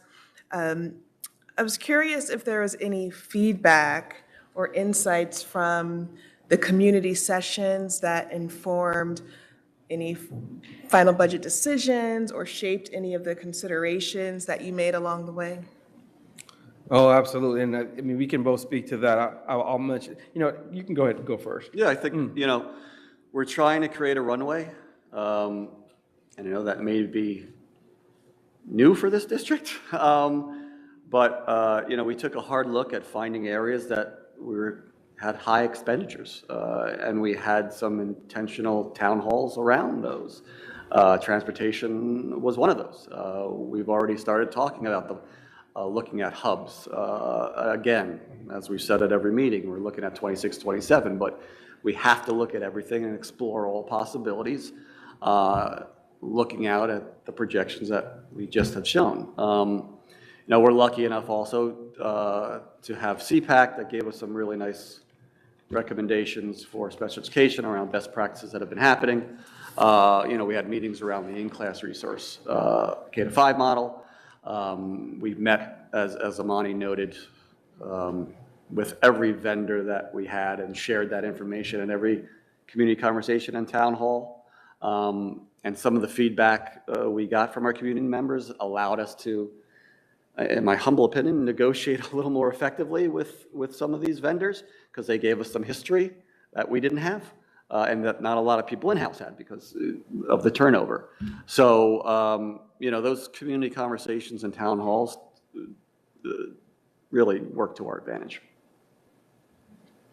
Absolutely. And I would add to that, as it pertains to messaging, as it pertains to communication, the fact that we were able to actually engage with folks in these smaller forums gave us the ability to kind of take a read on what they're sensitive to, what recommendations they had for refinements in our messaging, how we could make things clearer and perhaps proactively demystify certain financial terms or school terms, things that may be bandied about in board meetings and district headquarters, but perhaps are not so relatable to folks. And folks have a natural need to get clarity there. And so we were able to do a lot of that assessment and then refine our messaging, and I think that was key.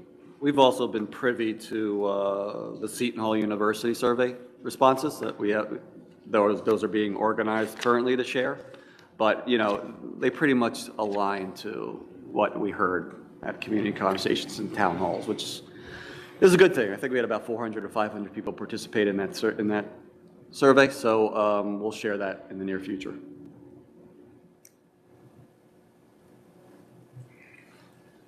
Great, thank you. So first, I just have to chime in and say I also want to thank you both and all of your staff for the huge amount of work. I mean, blood, sweat, and tears went into this. I think that's actually in part literal.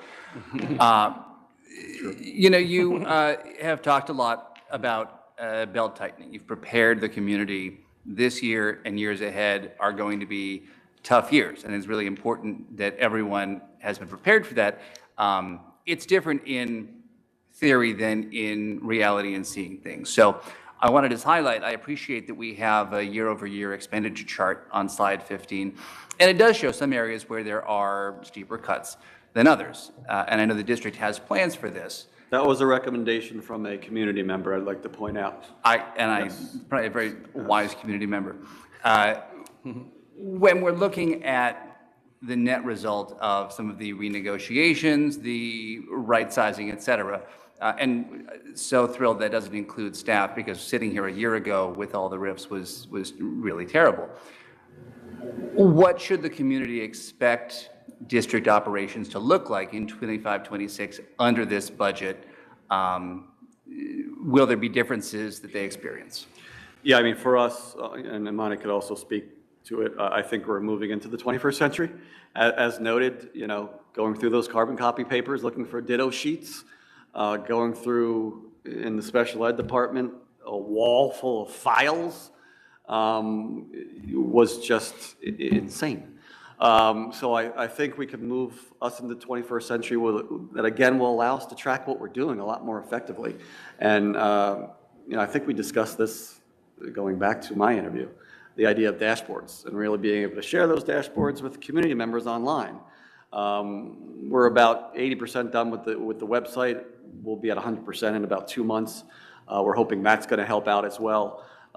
For us, it's also, as you noted, we were holding these town halls, we were holding these communities conversations, and out of those came the idea of the community action committees. So we tried it with the Budget Advisory Committee, and we really got some good stuff out of that. So, you know, we're going to be able to identify those larger challenges and utilize that model moving forward as an action committee system, whatever those larger challenges are we identify, so we can get, again, more minds involved in what we're doing. But from a business standpoint, I think we did a pretty good job empowering people this year. And, you know, Regina, you could probably touch on how restricted Tunde has felt for many years.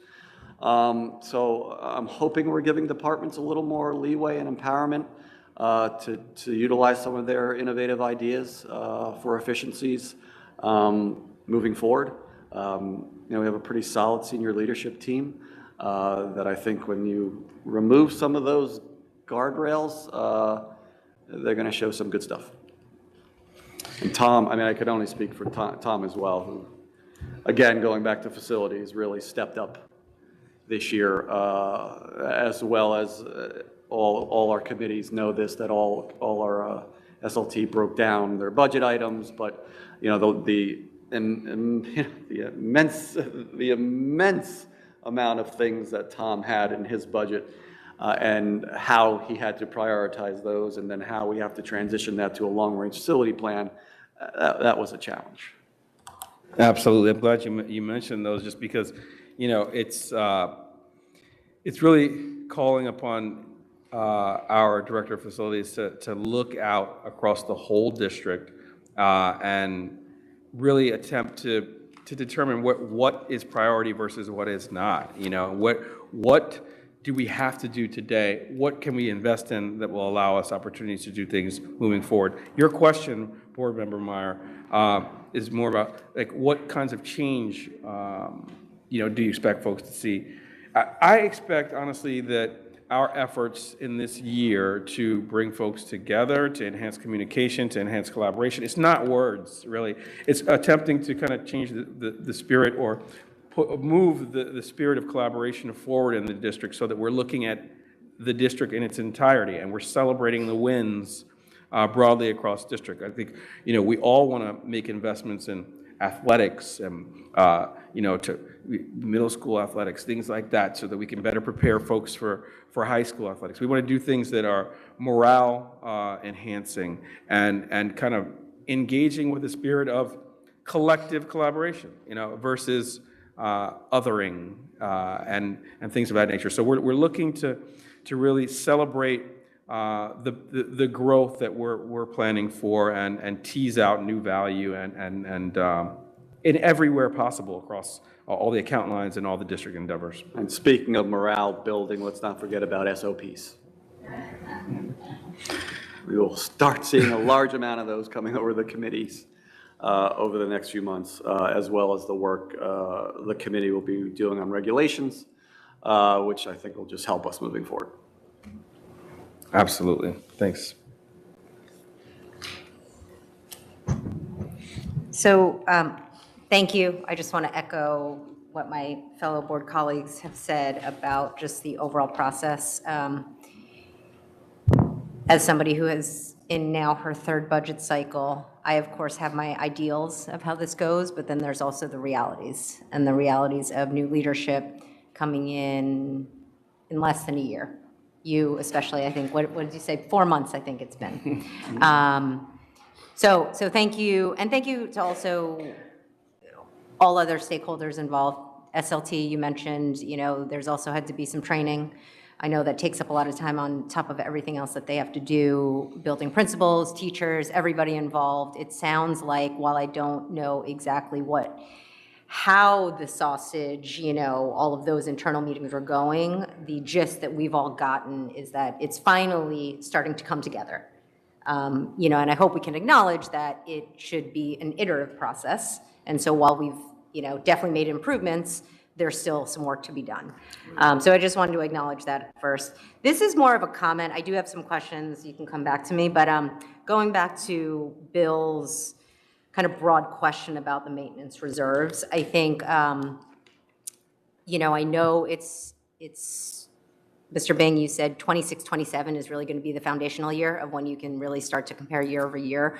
And I think with that in mind, once we get past this, and then of course, as you start to plan in the fall for the 26, 27 school year, I know that as part of FFT, you discuss everything, the spendings, the revenues, all of that, but really, even putting it as a standing agenda item, what that maintenance reserve spending is and how that's going down, and hopefully not so much based on what you said, because I think we all share that the concerns, in all honesty, for me, I'd say it's a fear, right? Considering the state of our buildings and what that's doing. And I do have to say, I understand, obviously you came into a situation where these reserves were being depleted by your predecessors. You can't do anything about that. You just have to think about how you move forward.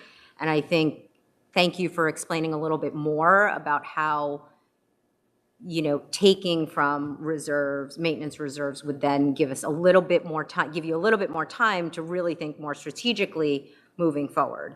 But I think it's really important, Bill, if we can just add that, just to really be vigilant about how we're using that, because we also then randomly get the emails, ceiling tiles are falling, all of these things happening. So I think it's just really important that we all stay on it and then, address it. Yeah, I think the committees have done a good job around the goals, making them standing items this year. So I think that would be a great idea. Thank you for that comment. I'm going to join also with my colleagues in thanking the administration for all the work it's done. I'd like to also thank you for clearly forecasting the next few years that we face a lot of physical pain. You've used the locution physical cliff many times, and I can be kind of literal about things. So, I know what you mean, but when you fall off a cliff, you know where the bottom is. And we don't know how long our period of deficits is going to last. We could be in the middle of a period of deficits, or we could be at the beginning. It's unknown. Just wanted to make a couple points and then ask a question. For state aid, this year we gained $600,000, so we had reason to be happy about that, but we are still under-aided because our state aid target increased by over $2 million. For next school year, we're Significantly, Jeff. Significantly underfunded. Yeah, so for this coming school year, we're going to be getting $10.9 million. But if we were fully funded, we would get $12.6 million, which is about a deficit of $240 per student. That's unfair, that's bad in many ways, although the silver lining is that I think it means they're less likely to lose state aid, for the 26-27 school year, because we're already in the red, in the negative. Regarding our tax rates, it's kind of interesting that we did do the reval, and it does kind of mean that people's property taxes aren't going to fall, because a $500,000 house, after the reval, is different from a $500,000 before. But our tax rate is falling to about like 1.36%. And, as like the old timer of the board now, like when I joined the board in 2012, we had a school tax rate of about 2%. So it has fallen. If we get to the point where the board and administration decide we should ask the Board of School Estimate for additional money, which I know really comes from the taxpayers, we could, refer to the fact that our school tax rate has fallen. Doesn't mean that like an individual household's taxes have fallen, but like the acuteness of the tax pain isn't as bad as it was, a decade ago. Now I do have a question about transportation. We have another cohort of III students going to be in the district next year, and then another cohort after that, and then we're, fully implemented. I'm estimating that the increase in bus riders for next year will be a net increase of about 200 students. I know that a lot of those kids can ride on existing routes, but are we prepared for another 200 kids riding the buses for K-5? Yeah, we met with Chris today over that question, so I'll actually have the data for you on Monday. So I'm having him break down exactly what that number is going to look like, where those students are coming from. So you'll have a little better data on Monday or Tuesday. Okay. Yeah. That was a good question that you sent. Appreciate it. Okay. First, I'm going to give my flowers, just like everyone else. But I do want to echo, I do think it bears repeating. What's been accomplished this year really is commendable. And so I think with the fair share of challenges that you inherited, it's been pretty amazing to see how far we've been able to come. And so I share concerns as well, but I am grateful for the creative problem solving that, at least for now, has helped us avoid some of the more severe challenges that we see in many of the things that you highlighted earlier that districts around the state are facing. And so obviously the road ahead will be difficult, but I feel confident based on the foundation that we've laid this year. I've seen noticeable improvement in communication and open dialogue. And sitting on the budget advisory committees was as helpful for me as I'm sure it was for you. And I'm excited to see that same cohort coming back next year. I think that will be really great to see. I think earlier another colleague had said something about the impact of this year's work with school leadership teams and just that increased collaboration with SLT. And so I wanted to highlight that in our last special services committee, we actually had a conversation, I think Shana, you had mentioned K-8 math curriculum, and C&I and special services are already working together in the spirit of the budget, as well as making sure kids get what they need to ensure that general ed and special education students are both getting those needs met, in inclusion classrooms, that they'll have what they need and that it's outlined in the budget. And that's not really a conversation that I would have anticipated hearing about last year, because there was a lot of siloed work, not to anyone's fault, but because the budget conversations just didn't have that spirit of collaboration. And so that was really nice to hear this year. With that, I also have a question. And so I had two special services related ones. The first one, in reviewing those projections that Will had pointed out earlier, Board Member Meyer, 24-25 to 25-26. There's decreases in several areas in special education, so LLD, our multiple disabilities and resource rooms, as well as preschool disabilities. So I was just wondering if you could speak to the rationale behind some of those reductions and what factors might have informed those projections. Yeah, I think, as Amani noted, one of the there's many disadvantages for having a rotating assistant superintendent of special services every year. But one of the advantages is that she literally looked at every line item. Kathleen met with her team every single day to look at every line item in her budget. This year we got lucky. We had some students graduating out who were out of district, which saved us some money. Kathleen organized some parent meetings that really showed we needed another ERI classroom, which saved 2 out-of-district placements right off the bat. And then we also had the opportunity to speak with the longstanding supervisor and really give her room to give us some historical background and also things that she thought needed to be done and should be done. And then we also gave some platform to our special education teachers, which really helped. There's a lot of work that still needs to be done. I mean, there's a lot of work that needs to be done in special education. A lot of that work is, again, lowering caseloads, retraining folks at the child study team, getting SOPs out there. So there's a common language around special services. And that's work that Kathleen and her team are currently doing. I think we'll see the fruits of that labor starting in September. Yeah, absolutely. Could I ask a follow-up? Thank you. Great. You talked a little bit about, and that all makes sense, and I think it's been great to have Ms. Ellis, who has that historical knowledge, working and consistently over time with that team.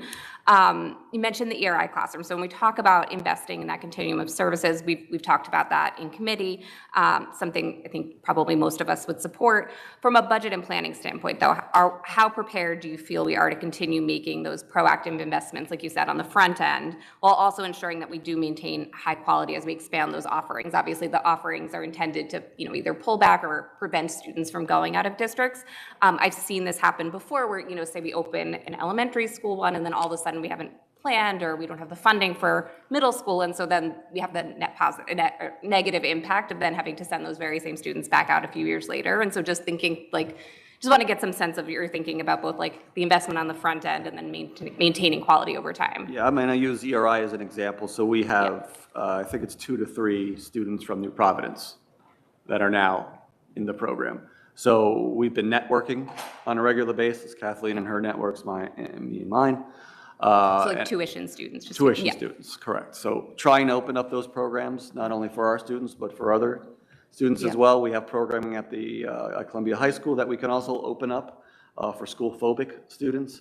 We also are looking at programs that we can do in partnership with such organizations as the YMCA. As you all know, they have camps. Many districts utilize camps for something called Project Wilderness, where school-phobic students who receive IEPs have outdoor classrooms. So looking at programs where we can bring in tuition for us is something that I think is going to be vital as we move forward. I think hearing from folks on the ground as well, our special ed teachers saying this isn't working, this is working. And the fact that this is working, I think we should expand it and invest there. So I think that open communication is going to be important moving forward. Absolutely. Thank you.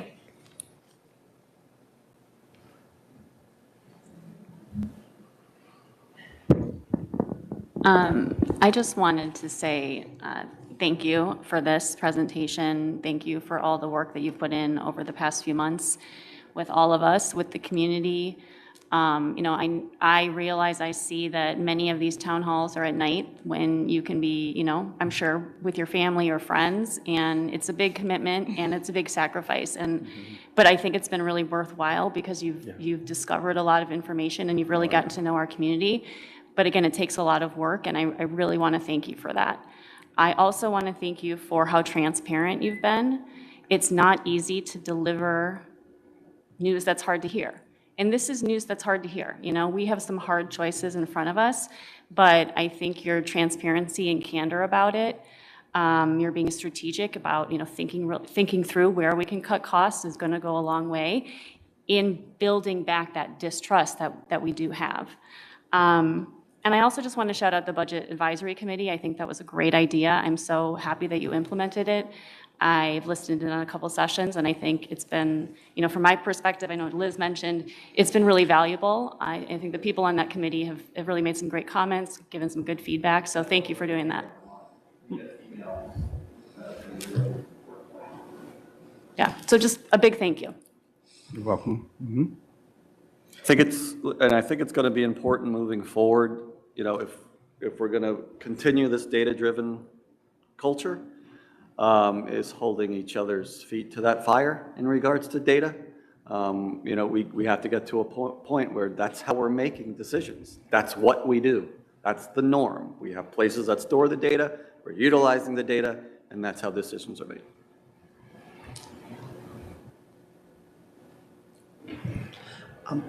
Referring to trust in the district and trust for the district, one of the most unusual things in this budget cycle is the arbitrage yield limitation fee. I've been a board watcher for 12, 13 years, and I've never heard of our district owing money to the IRS before, and you don't hear about that happening with other districts very often. And I just wanted to say it's nobody's fault. What happened is that we had money from bonds in our investment account for a little longer than we should have because of delays in state approvals of building projects and then the supply chain shortage. And it was a very good time for investment. So we made more money than we were supposed to make. And the government doesn't allow us to make more money because they don't want school districts playing the market and basically making money on margin. And, it is a palpable impact, and no one should be happy about it. But no one should really be angry about it either. It's nobody's fault. And we did have smaller debt tax increases for a couple years because of the excess profits we were making. It was a punch in the stomach, Jeff. I'm not gonna lie to you. It was a punch in the stomach when we were told. I think it was a learning experience for a lot of us. Yeah. Yeah, for many points and inflection points in the process, I've had to deliver some disturbing news. But I will say that in the research and discovery around that, we found that it was due to just a confluence and a convergence of events, higher returns in the market, and the fact that we hadn't drawn down the funds yet because we were still engaged in the construction project. So all in all, unavoidable, but we're well positioned moving forward. Bimmel, and then I think we'll wrap it up if everyone's able to ask. Yeah, one more? Okay, true. I politely disagree with my fellow board member, Jeff, that we shouldn't be angry about it. I mean, just because it's right doesn't mean we have to like it on the tax liability for the returns on the bonds. Market was up, we should get it. But anyway, look, echoing everybody here, right? Thank you for all the work, and really for the courage for engaging and collaborating with the community, all with the goal, as you heard me say before, is maximum communication and assurance. It won't always be perfect. But the fact that SLT is out there, I think, speaks volumes, especially compared to previous years. And, in the spirit of committees, which seem to be on trend, let's just add one more committee. I've heard around that the recommendation to have a working committee for exploring alternate revenue streams could be a good one, and exploring the art of the possible. So that's in particular working with SOPAC, with Seton Hall, with the townships, private companies, small businesses, whatever it might be. If we're going to embrace creativity, we should also embrace all those different areas that we can do that. Absolutely, thank you. Well put. We definitely have to get innovative. So those are great ideas. That was a really good segue, Board Member Kapadia, because I learned, which I didn't know, on the last Budget Advisory Committee, someone asked a little bit of a question similar to that, and I think you brought it up tonight, just exploring best practices from across the state that are showing positive results. Someone had written in the chat something about, can we have a sponsorship, and kind of jokingly said Nike, and I was like, ha ha ha, that'd be funny, but then you pointed out that, in fact, and I didn't know this, and I go to a lot of schools, so I was surprised, but you can actually get, was it Tom's River that you provide as an example? They had the president of Poland Spring sent their children to the Tom's River School District, and they have the Poland Spring I had no idea that indoor was, arena yeah. now. I had no idea that was the thing. So I say that to say named that. something else. Yeah. That's a whole different story. Right. It changed to Poland Spring. Are there any other examples that you have of those types of best practices, just, as examples for Well, us Coach as a Winstead, community? our new athletic director, is bringing in some good ideas from her time in Newark. Yeah. But as Bimal noted, we have these new spaces and we have opportunities there. So, I think, one, we have a pretty strong alumni. So, Shanna, you mentioned one of the town hall meetings, we had two people who are professional fundraisers come up to us. So, we immediately had a meeting with Achieve because we really want to keep Achieve in on all this. Of course, yeah. So we're in the midst of working with them currently to see if we can, tap some of those alumni, whether it's an art center, whether it's to help rebuild the stages that we all know need to be rebuilt throughout. So I do think there's opportunities there that we need to utilize. Sponsorships are really utilized in North Carolina, South Carolina, those states, Texas. So we have things to learn that we could incorporate. There's a lot of districts around here that utilize their buses for advertising. I've seen that in Newark. Mount Olive is great at it. And they bring in really strong streams of money. So those are we good have a lot to examples. look at. Thank you. All right, thanks, everyone. Thank you. Thank you all. Okay, so I will now read the board president update and move on to hearing of delegations. Tonight, we are voting on the 2025-26 budget, if you haven't already noticed. It has been a Herculean effort by the district to not only make this process more open to the community, but also start from a zero-based budget. The district balanced the budget without rifts, which is commendable. This evening's presentation outlined both the challenges faced and the strategies used, while also looking ahead to the financial realities in the coming years. We know the years ahead will not be easy, as tough decisions will need to be made, while also being creative about how to save and establish new revenue streams to reduce the tax burden on our community. As we look to the future, I would like the board to continue to work with our superintendent and central office on honing our internal process with respect to tracking spend and deficits, info sharing via our FFT committee, and further developing the community input process via our new budget advisory committee and town halls. The budget process is an iterative one, and I'm confident it will strengthen over time. I also want to acknowledge and thank my board colleagues for their flexibility, engagement, and thoughtful questions, especially in attending additional meetings and supporting this work. Our 3 new members have brought valuable, fresh perspectives, and our returning members have served as important institutional historians throughout. Finally, I would like to reconfirm that Michael Alves of the Alves Group will return and present the Year 4 Intentional Integration Initiative recap at our May 29th meeting, where Dr. Gilbert will also share results from our recent III Experience Survey. Now I will read the President's statement. The school board meeting is a business meeting in public and not a meeting with the public. Oftentimes, it may appear to members of our audience that the Board of Education takes action with very little comment, and in many cases, a unanimous vote. Before a matter is placed on the agenda at a public meeting, it has thoroughly been reviewed by the administration, the superintendent of schools, and the Board of Education, after which it is placed on the agenda for board discussion and action at a public meeting. Now for the hearing of individuals and delegations. Thank you for coming in person and joining us online this evening. The South Orange Maplewood Board of Education values public involvement and respects that you've taken the time to address the board at tonight's meeting. As this is the board's business meeting, a friendly reminder to please be respectful as we take into consideration your valuable input, which will inform future deliberations and work by the Board of Education and its committees.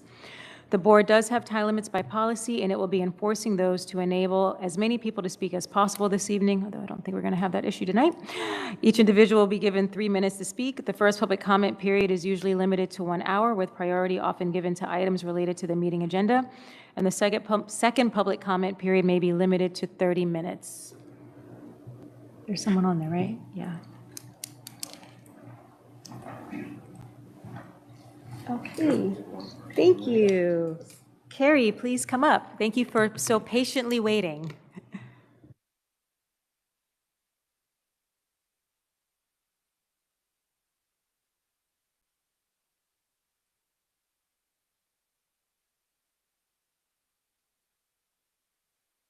Oh, there. All right. Hi, thanks so much. My name is Carrie, and I come before you tonight as a concerned parent and former PTA president, deeply disturbed by the anti-Palestinian sentiments that have recently surfaced at South Mountain Elementary School. During Arab American Heritage Month, accomplished musicians were invited to perform traditional Arab music in assemblies at some elementary schools, an opportunity that should have been empowering and affirming for Arab, Muslim, and Palestinian students.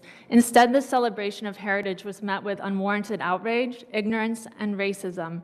Some teachers lodged complaints and demanded an apology from the PTA, not because of anything the performers said or did, but simply because 2 were introduced as Palestinians, and because the PTA did not center Israel during Arab American Heritage Month.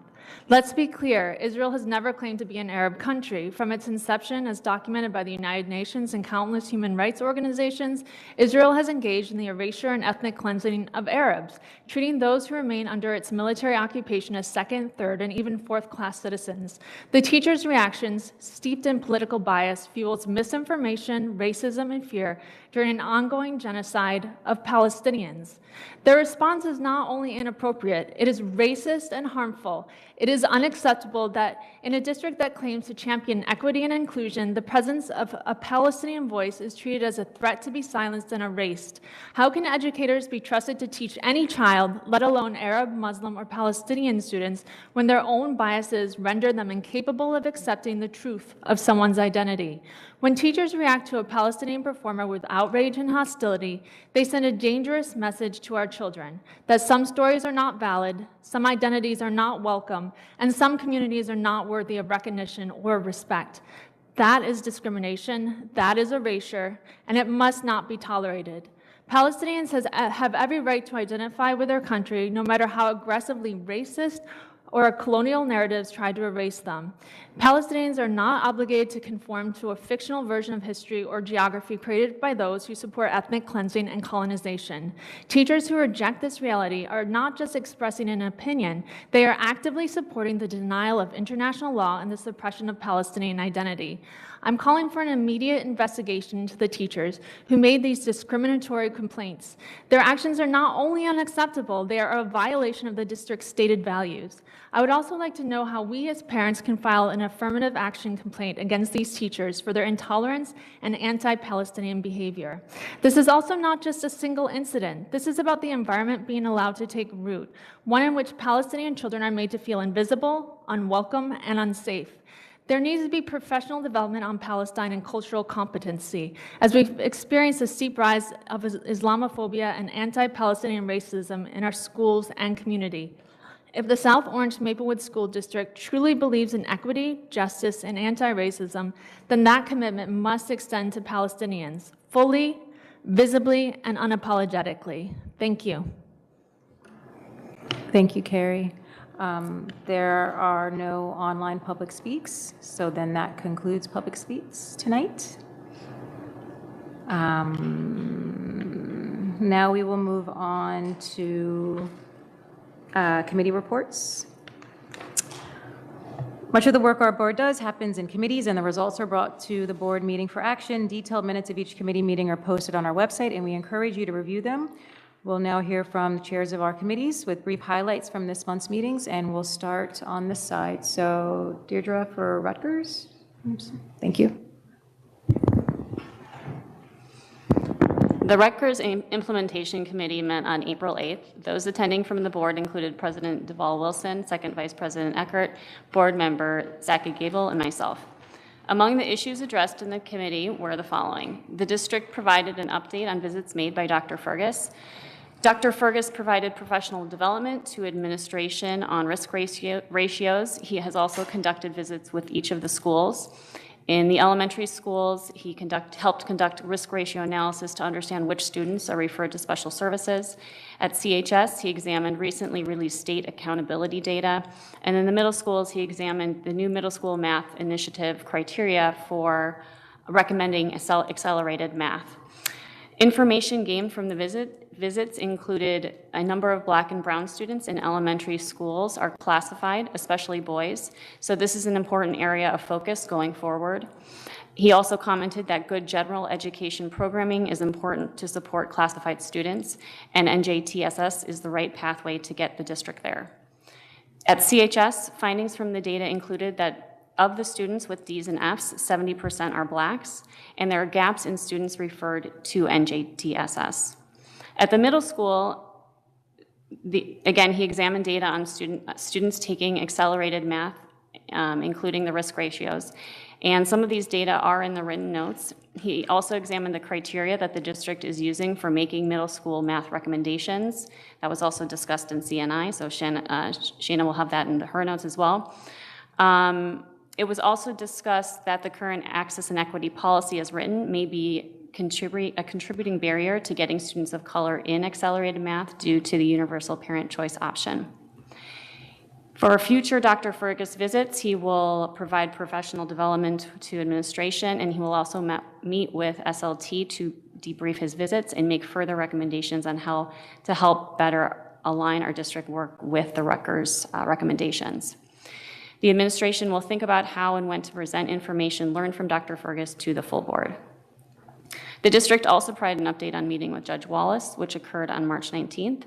The district updated the judge on recommendations in the ALB's 4-year report. The judge was interested in further information on the workforce diversity plan, which relates to Rec 16. It was also discussed that the sibling preference at Tuscan is making achieving the 5% variance difficult. The next meeting will likely be scheduled for June or July.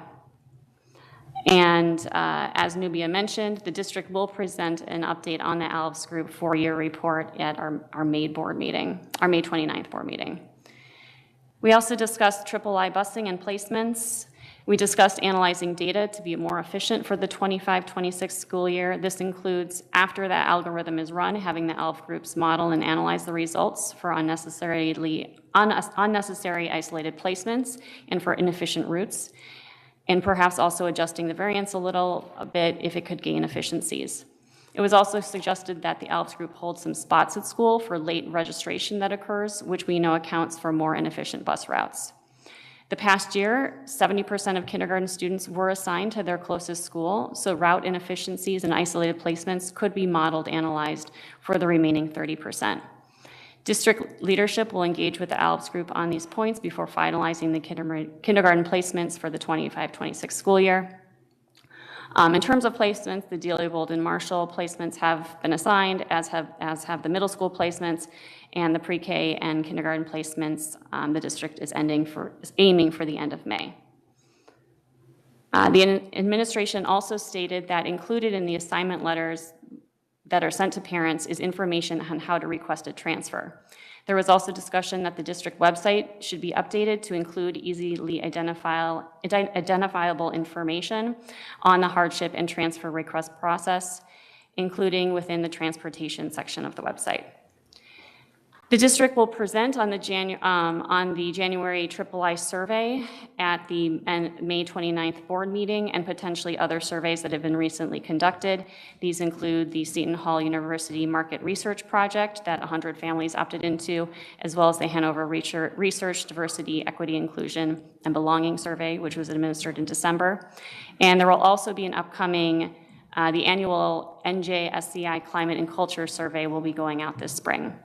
Given all these recent surveys, there was discussion of we typically do the III survey in January and May, so there was discussion of potentially not doing it in May, given that there are planned upcoming changes to that survey that will be discussed in this committee, the number of recent surveys that have recently been conducted, as well as survey fatigue. The next meeting will be on April 8th, and the topics for that agenda include plans, timeframes, and milestones for the III evaluations that the district will be doing with the ALBS group, as well as plans, timeframes, and milestones for updating the III survey. Please go to the district website for a full recap of the meeting and the board committee section. Does anyone have any comments or questions, please? It's not directly connected necessarily, but I did want to ask it more to Mr. Bang, if that's okay. The conversation about the letters going out and including information on pre-K sites reminded me of an earlier conversation we had just about before and after care information, and how that can be a little tricky for parents to find depending on their familiarity with the preschool sites. So wondering, if not in the letters that parents get, can we just ensure that that information does get included on the website before those go out so that it reduces the effort for parents to find and track down? Oh, thank you, Ashaya.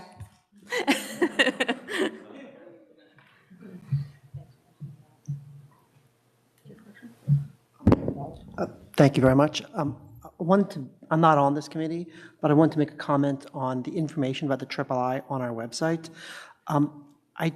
What's on the website now, like in the FAQs about the III, it doesn't mention, I think, a very important part of how placement is done, which is that firstborn children are given a random number, and that determines actually, like, who goes to their closest school and who goes to a non-closest school. And I think that omitting that kind of creates some misunderstandings with the III. And I would also say, like, Michael Alves, he consistently uses the term sibling priority, not preference.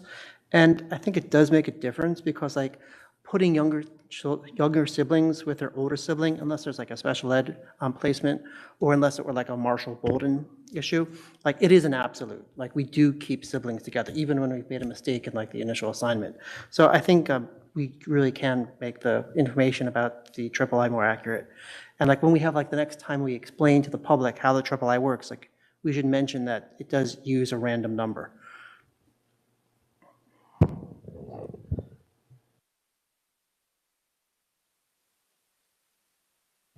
Maybe I'll just note in case community members are questioning, we are in the process of creating a resolution for that survey switch because it is in policy that we have that we do 2 surveys.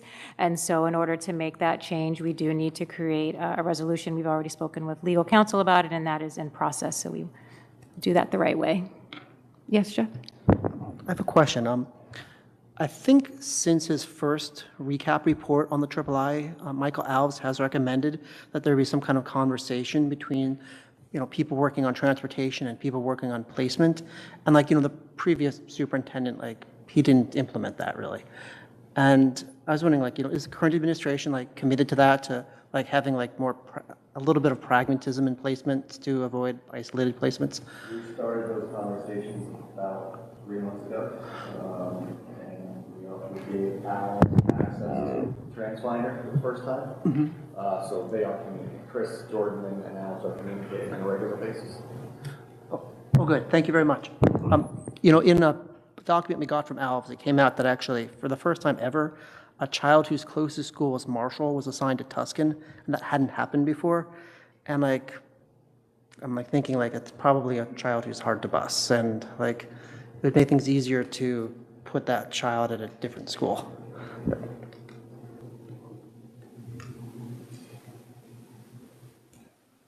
Thank you. I mean that just as an example as an isolated placement. There aren't very many, but they do occur, and they are a problem for busing. Yeah, I just want to make note, and I'm on this committee, but I'm also just doing it for all of us. As we all know, we're doing many things. I think as we think about transportation, specifically as it relates to III, Mr. Bing, prior to your arrival here, the Marshall-Bolden unpairing happened before Bolden, actually either school could really accommodate all of that. And so the first 2 or 3, I'm looking at Jeff, he's not looking at me, 2 or 3 cohorts were done when there may have not been certain grades available at Bolden. And so, again, it's not going to save millions. It's just as we think about chipping away at expenses, the idea that potentially surveying Bolden area families that were part of III cohorts to see if they would want to be put into the lottery again with a better chance of getting into a closer school, because the reality is I don't have the number. I don't even know if we actually have that data, but there is certainly a decent number of students in that area that are currently being bused to all of the other elementary schools. So as we think about more efficiencies, listen, at the end of the day, it could be 3 families, because at this point, they're already 3rd graders and they're involved, but, it's worth looking at.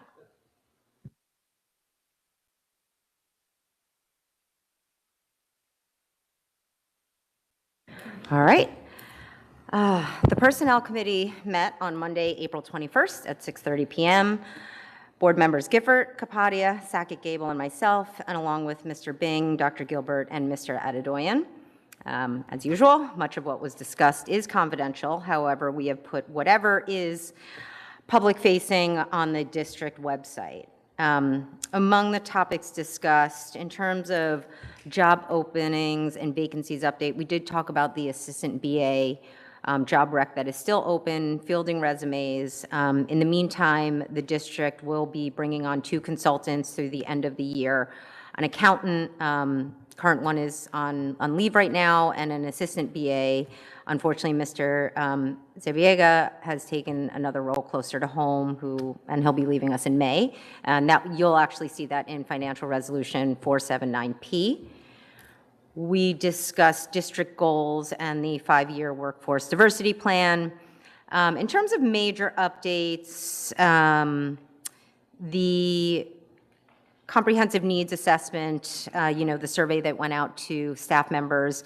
Survey results and analysis will be shared with the full board, I believe, in tomorrow's weekly packet, if not the following. That was the goal. I know that SLT still had to review it before it was shared. So it'll be in our hands, whether it's this week or next week. No other major updates coming from that. In terms of the workforce diversity plan, as Deirdre mentioned, the meeting with Judge Wallace on March 19th, he had asked for additional information on, the overarching goal of the 5% annual increase in the number of teachers of color. Dr. Gilbert is reviewing internal data with Mr. Adedoyan, and we will cover it in the May personnel meeting. We reviewed staff evaluations, the data tracking provided to the committee. Given at this point, we are in a good position. There's one or two schools that are slightly behind schedule just due to circumstances beyond their control, but SLT is working with those principals and supervisors to ensure they are completed. And last, in terms of budget, which obviously we just had a very in-depth discussion. We talked around about 25, 26 school year staffing plans. Next committee meeting will be Monday, May 5th, in advance of the reorganization and renewals meeting. Any questions, comments?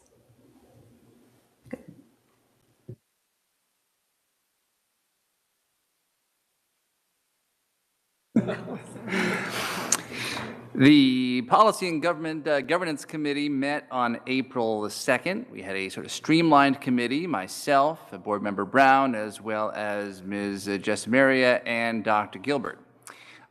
We reviewed 4 regulations that are coming up tonight for second read. We have 2460.1, 0.8, 0.9, and 0.15, all policies implementing our special education programs. The regulations are created by the district, and the board has sort of a general oversight function pursuant to our bylaws.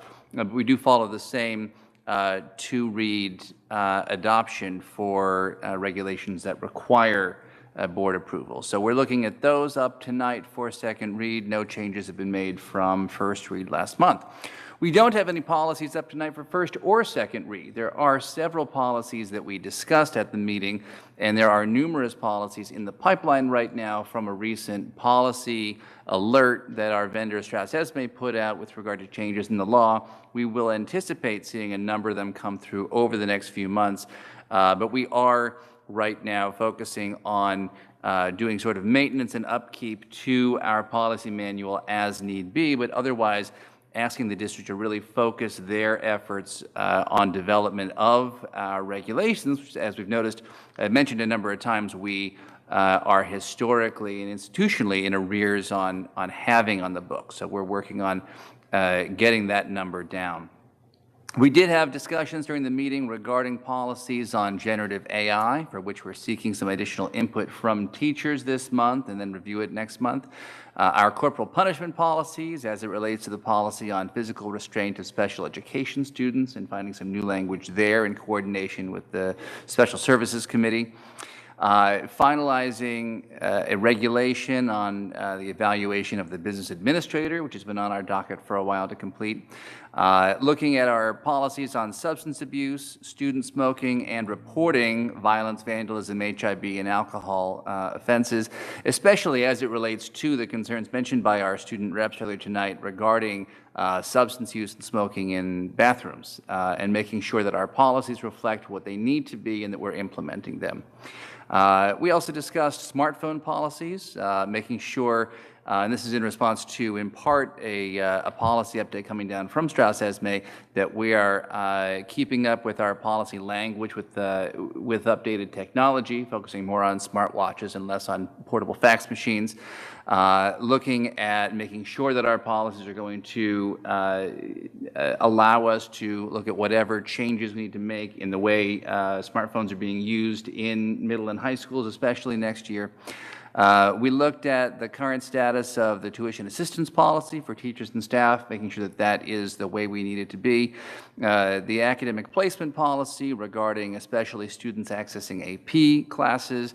And finally, the public relations policy, and specifically the portion within there that has to do with district communications that could feature or mention a board member during election times.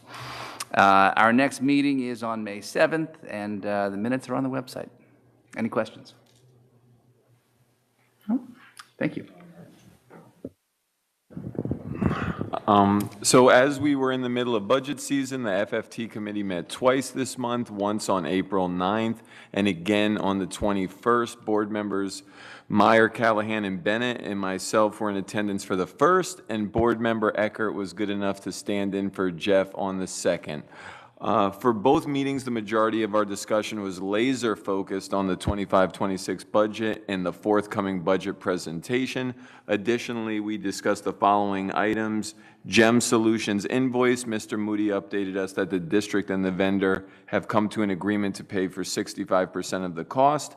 We were refreshing the facility usage fee schedule. These are the fees we charge organizations for using our facilities. It's been a while since we updated these numbers, so we are beginning the process of potentially raising the facility use fees for the 2025-2026 school year. A hot topic is the search for a new assistant BA. Sadly, we are losing our very talented Andrew Zabiega. We wish you luck, sir. And lastly, Mr. Bing and Mr. Moody discussed the transportation hub efforts. The district is still collecting and analyzing data. However, the transportation for the 2025-2026 school year will continue to operate as it has, and I think that's important to emphasize. That is my update. The detailed minutes can be found on the website, and the next meeting will be May 21st. Any questions? Jeffrey? Oh. Sorry, like more like a comment. I just wanted to say, like, for the public that, we had a bit of debate about transportation, and I said that I felt that, like, consolidating bus stops is something like we can do, but, there was, but like a transportation hub system was not something like I felt so good about. But I said, like, as an alternative, since we do have like real challenges with transportation and a budget deficit, that perhaps like we could discontinue pre-K busing under 2.0 miles. But, that also wouldn't be something like we would possibly do for like, next year either. And, we'd have to study it, and we can't like do it like blindly, but, I don't know if something like the district should sustain in the face of other cuts we know we're going to have to make. And it's definitely an ongoing conversation, for sure. Thank you, Jeff. Okay, municipal partners. All right, this will be quick because Mr. Bing covered almost 100% of it in his opening statement. So, actually, the attendees will be longer than the update. In attendance was Board Member me, Bill Mukapadia, Superintendent Mr. Bing, Mayor Sheena Collum, Village Trustee Dr. Olivia Lewis Chang, Mayor Nancy Adams, Town Council Deb Engel, Business Administrator Pat Wary. We covered the draft for the Safe Walking campaign as ready for review in the next couple of weeks. Hazardous route study is ready to commence in conjunction with Township and Stonefield Consultants. A Board of School estimates. This year will there be no ask from the Board of School estimates. The only bond issuance will be for the Energy Savings Project in conjunction with the State DOE and Environmental Department. Ritzer, we got clarity for the approved plan, which was the first plan. The 1 acre plan is approved. Elementary placements, K placements will be ready for review at the end of May, and we'll send the geographic data to the PD and townships as well. New enrolled 1, 2, 3, and 4, first, second, third, and fourth graders will be released throughout the summer. And as Mr. Bing also mentioned at the end, re-registration will be getting going on the all outgoing 8th graders to re-register via first phase electronic screening. Next meeting is May 19th at 1 p.m. And that's it. Advocacy, Sheena mentioned that we would not be able to do that this year because the session was already... That's right. Sessions were already in progress, so we'll have to go for it next time. That's right. That's it. Record.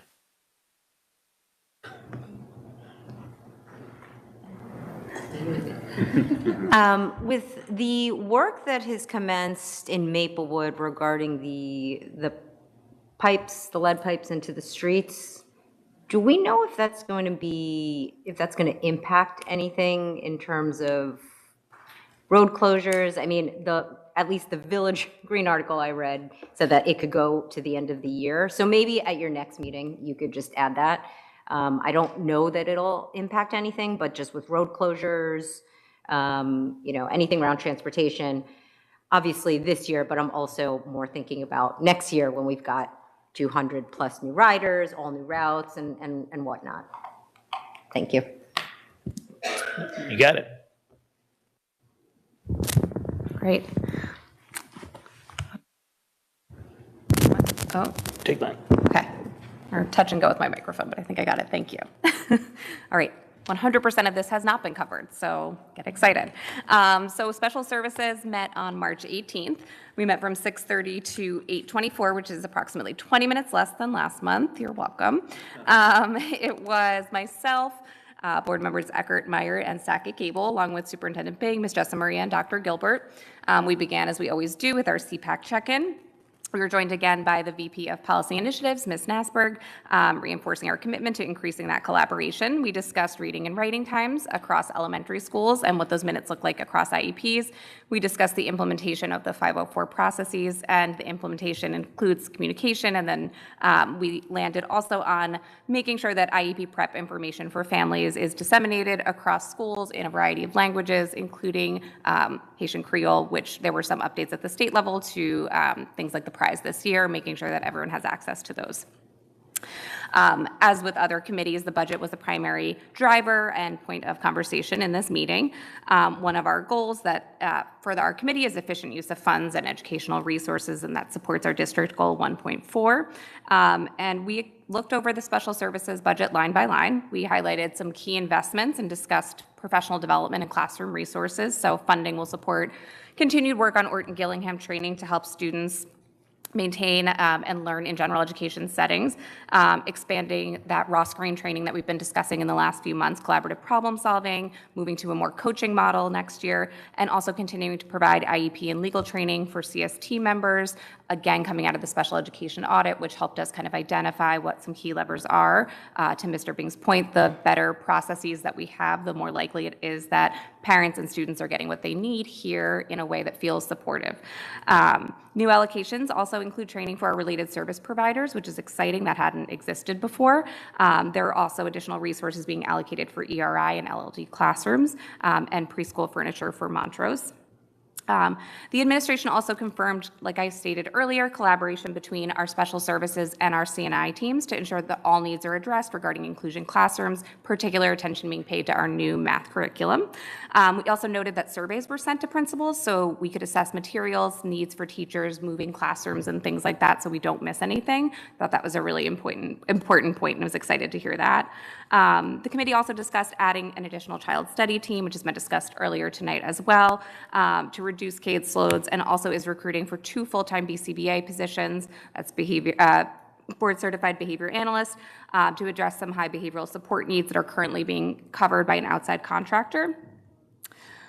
We discussed, as board member Meyer shared earlier, policy on corporal punishment.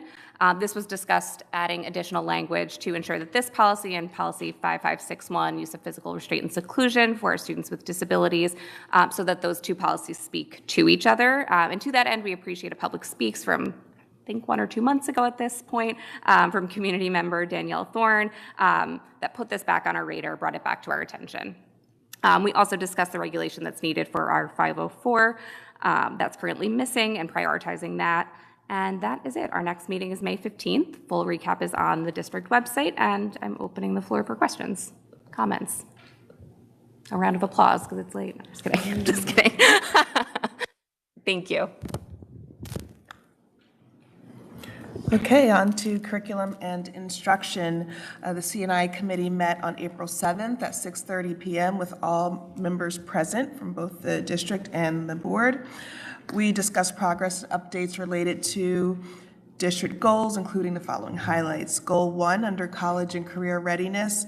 We discussed the grade 6 school assignments that went out on April 4th, and families will get math course recommendations on May 1st, along with the information on how to make those selections in Power School. Board Member Brown already highlighted some of the components from Dr. Fergus's visit, so I won't repeat those, but more details are on the website. Under goal number 2, the district is seeing a drop in suspension numbers thanks to a mix of strategies like MTSS, restorative justice, used proactively, not just as an alternative to suspension, and stronger school climate efforts. Ongoing efforts to address suspension disparities include culturally responsive PD and support for students with repeated suspensions.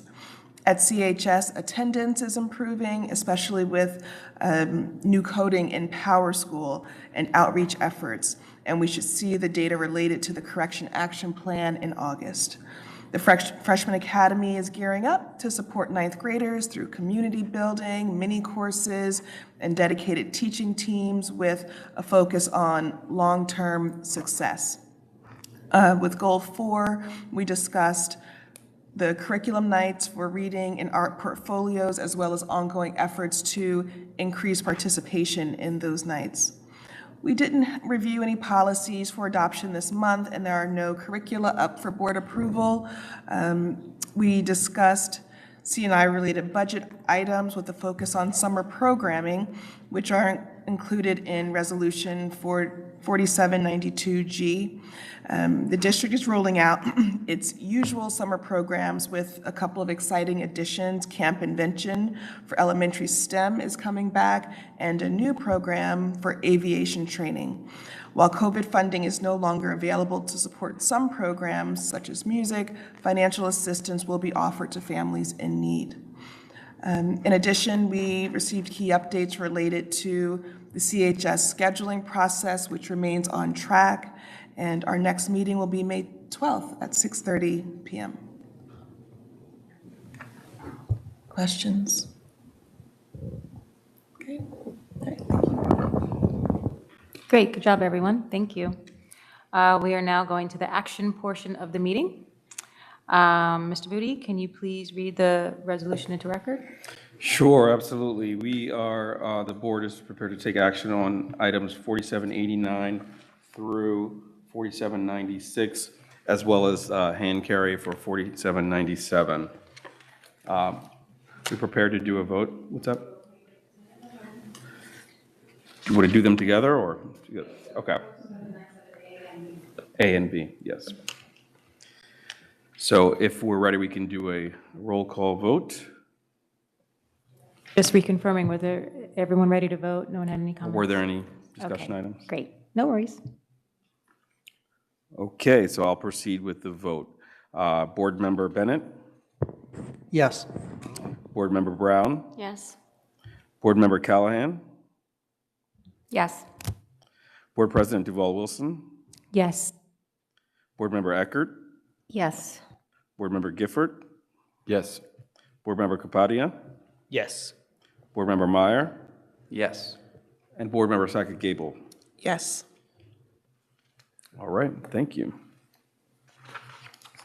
Okay, great. Almost done. So this concludes the action portion of the meeting, and then we would have public speaks, but I don't think, I'll check online. There's no one online? Okay, great, because I closed that window. Okay, wonderful. So now on to any new business? We just did them. We added them in. Thanks for reminding. Yeah. New business, anyone? No? Okay, great. So then now I will announce our future meetings. The Board of Education will meet again in public session on Thursday, May 8th, 2025 at 6:30 p.m. for our reorg renewals meeting. Action will be taken, and then again on Thursday, May 29th, 2025 at 6:30 p.m. for our regular board meeting, where action will also be taken. Mr. Moody, I would now like to make a motion to adjourn this meeting on Thursday, April 24 at 10:26 p.m. May I have a second? Thank you, Board Member Brown. Hold on 1 second. Oh, We're wait. just trying to determine whether we need a separate vote on the budget. Oh, do we so- need a separate for the budget? I thought it was included in the, it was in the financial. So that's fine. All right. Yeah, Okay, thank you. yeah, I remember looking at that. What are you trying to do, Patrick? Trying to get another 15 minutes? I know. Come on. I'm like, we're trying to get out of here. You wanted Shador Sanders, didn't you, for the Giants? That's why you're angry. That's why you're angry. Okay, so wait, I gotta update the time. 10:26, I don't know if that was what I said earlier. So yeah, adjourning at 10:26. Board Member Brown seconded. All in favor? Yes, great. Meeting adjourned. Thank you.